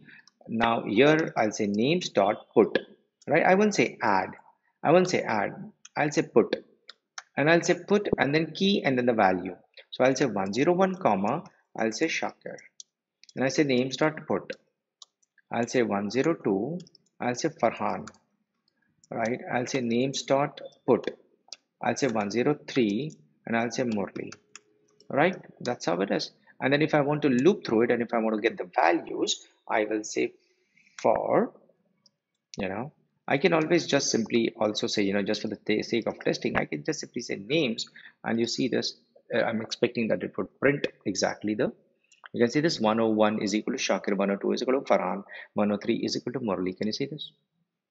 All right, so it's a key value pair, isn't it? So these are the different data structures. I want you all to please explore this very, very nicely and play with it, explore it, see what is it that you can, you can add more values, you can loop through it and then stuff. If you want to loop through this, if you want to loop one by one, then you'll say for map dot entry, okay, and you'll say string comma, sorry, it's integer, right? So integer comma string, and I say entry in, I'll say names dot entry set, like this.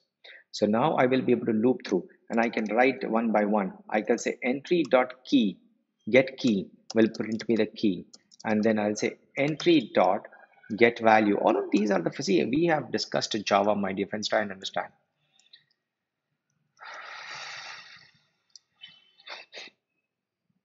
Try and understand, friends. We have discussed Java. See the way I have taken the training ahead. Someone else would have taken up this on the very first day and started discussing this. No big deal. It's all about knowing the classes, which functions are there in the classes, which function does what. Okay, put helps you to put the values. Okay, add helps you to add the values. No big deal. Y'all are all, y'all are all engineers now. Y'all are not in college, correct? Y'all are out of college now. You're working in an organization. For you, these things must be pappu. What do you mean by pappu? Simple, easy, isn't it? Shouldn't be a. These are all no-brainers. You must be able to explore this all on your own. Don't even think of, oh, I don't know about collections, or okay, what all other things are there in collection. Just explore it and you will be able to get it, right? You just move your mouse pointer and it will tell you what add does. Move your mouse pointer over it and it will give you the documentation. If you don't understand this documentation, there is a problem. There is a problem. You must be able to understand this documentation, plain simple English, correct? And then you understand, so you get it exactly. This is what, so we started our training in a way like what happens under the hood and how Java really works and what is the JVM and this and that. And gradually we have reached it, and I'm going to take you all to something like streams, which is a new feature in Java 1. From Java 1.8 onwards, and that's what I'm more interested in teaching you all rather than these basic things, but I've just touched upon so that it is easier for everyone. We are all on the same page, and it becomes easier for me to take up streams as a topic as well, right? So let me run this code. Here you go, you can see this 101. This is the result of this loop. Got the point, friends, right? So now what's the time? Okay, it's 42. What I want you to do is that spend 10 good minutes on this. Then in fact 10-15 minutes spend on this. I will give you a time up till 1 o'clock. Then 1 to 1:30 we will discuss streams, right?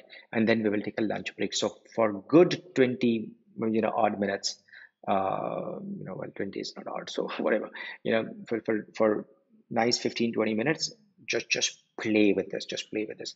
I'm going to push my code, collections in Java. Okay, you can take the pull.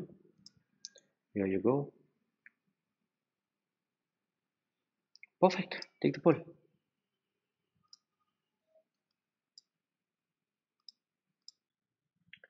Okay, friends, come on, let's get started now.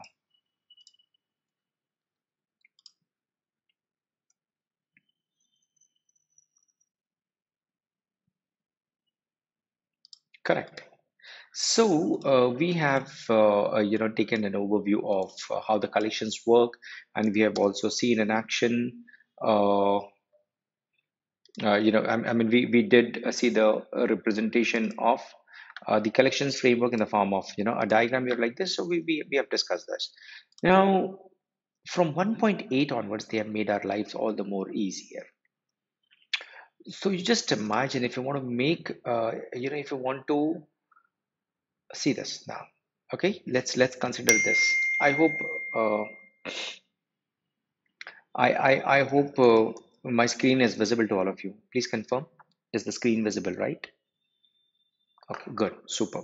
So you see the values here. Now what requirement I have is that this is the requirement that I have. Print only the values that are greater than 50. Print only those values from this array list. See, I'm hard coding the values here, and of course, needless to say, in real life, you will not be hard coding the values. You will be getting these values from the database, right? You will be getting these values from the database, correct? But here I have hard coded just for the sake of learning, correct? So take a look at this. This is my requirement. This is my requirement. I want just a minute. There I want the list of only those values which are greater than 50. Then how will I do it? I will do something like this. I'll say list of integer. I will say filtered values is equal to, I will write new array list. Then the next step, I will say for, I'll say integer value in values. I will use a for loop like this. I will say if value is greater than, I'll say 50. Okay, that's what I'm going to do.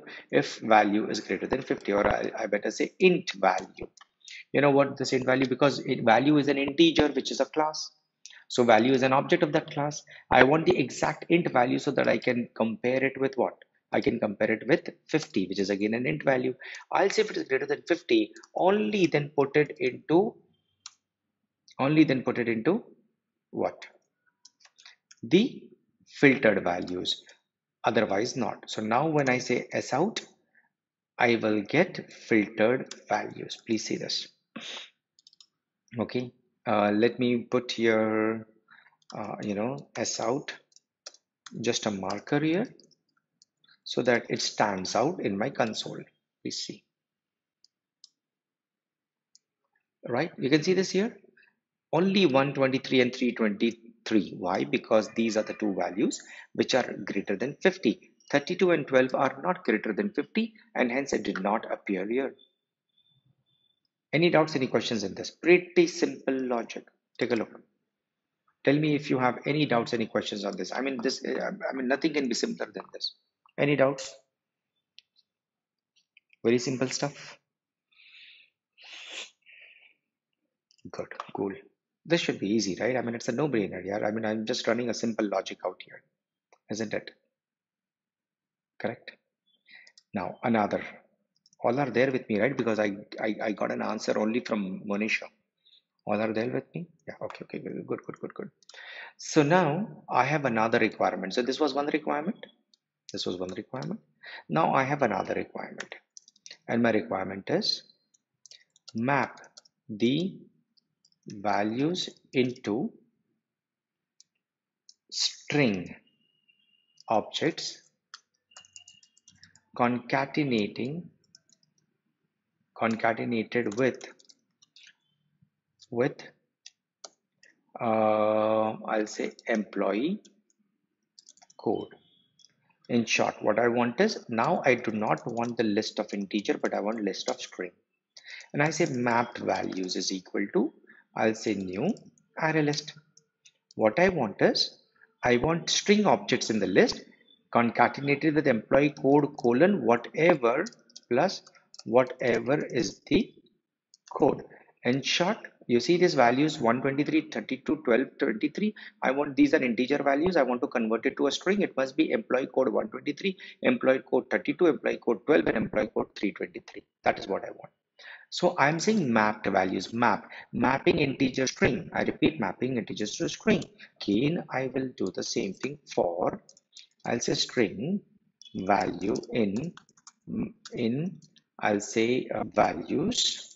Okay, that's what I did here also, right?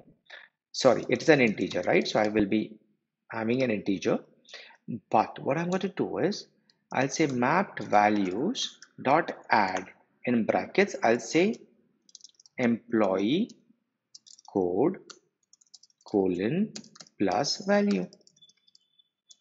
Okay, this is what I will do. And now when I say s out and I'll say mapped values, please see what am I going to get? Simple logic again. Simple logic. Can you see this?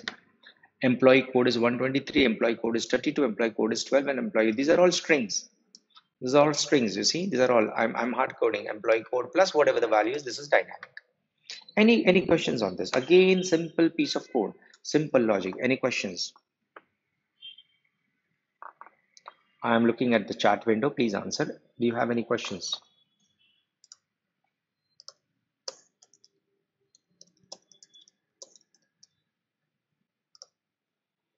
This is simple, right? Pretty simple stuff.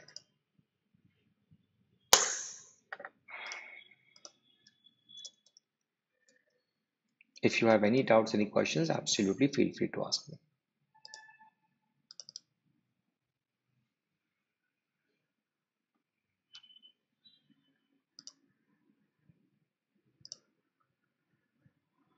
Right? Pretty simple stuff. Now you see this is, so I write my logic in order to filter, I will write logic in order to do map, and I will write loads of such things. In some cases, I want to get only and only the minimum value out of all of these values. I just want to get the min value. In some cases, I want to get the max value. So again, if I ask you to write that code, you will be able to build an algorithm, a simple algorithm, a simple, piece of code with some, simple logic, which will get me the min value and the max value. Isn't it? Very simple. Yes or no? Correct. Right? Okay. So if I keep on writing this kind of logic, which we used to do it when we were in, 1.7, 1.6, 1.5, but from 1.8 onwards, they have given us something fantastic, something really great, and that is called streams. So now I move on to streams demo, or else what I suggest is, if I pick up streams demo, I will not be able to finish it before the lunch break. So I want you all to spend, we are on 17 now, 117, I want you to spend 10 minutes exploring the code that I have written in RLS demo. right? And make maybe some changes in that, right? Make some changes, or else I will give you an assignment here, friends. Come on, I will tell you what to do, right? I'm writing here, please, why should I say please? Get me the min value from the list of integers, list of integer, list of integer values. Okay, this is the name of the variable, right? From the list of integer, that is values, right? Get me the min value. So study whatever I have written and then write this logic for me, and then you can take a lunch break. So 10 minutes for this, and then 1 hour lunch break. We will be back at 2:30, right? I'm committing this code, writing map and filter and min with collections. Okay, come on, friends. I have pushed that code. It's going, yeah, it's gone, right? So please take the pull, go through the code that I have already written, and then you write logic for getting the min value and print the minimum value. Okay, come on, let's do this. 10 minutes for this, and then 1 hour for the lunch break. We will meet back at 2:30, and I will check whether you'll have already done this or not successfully, right? And then we will move ahead with streams.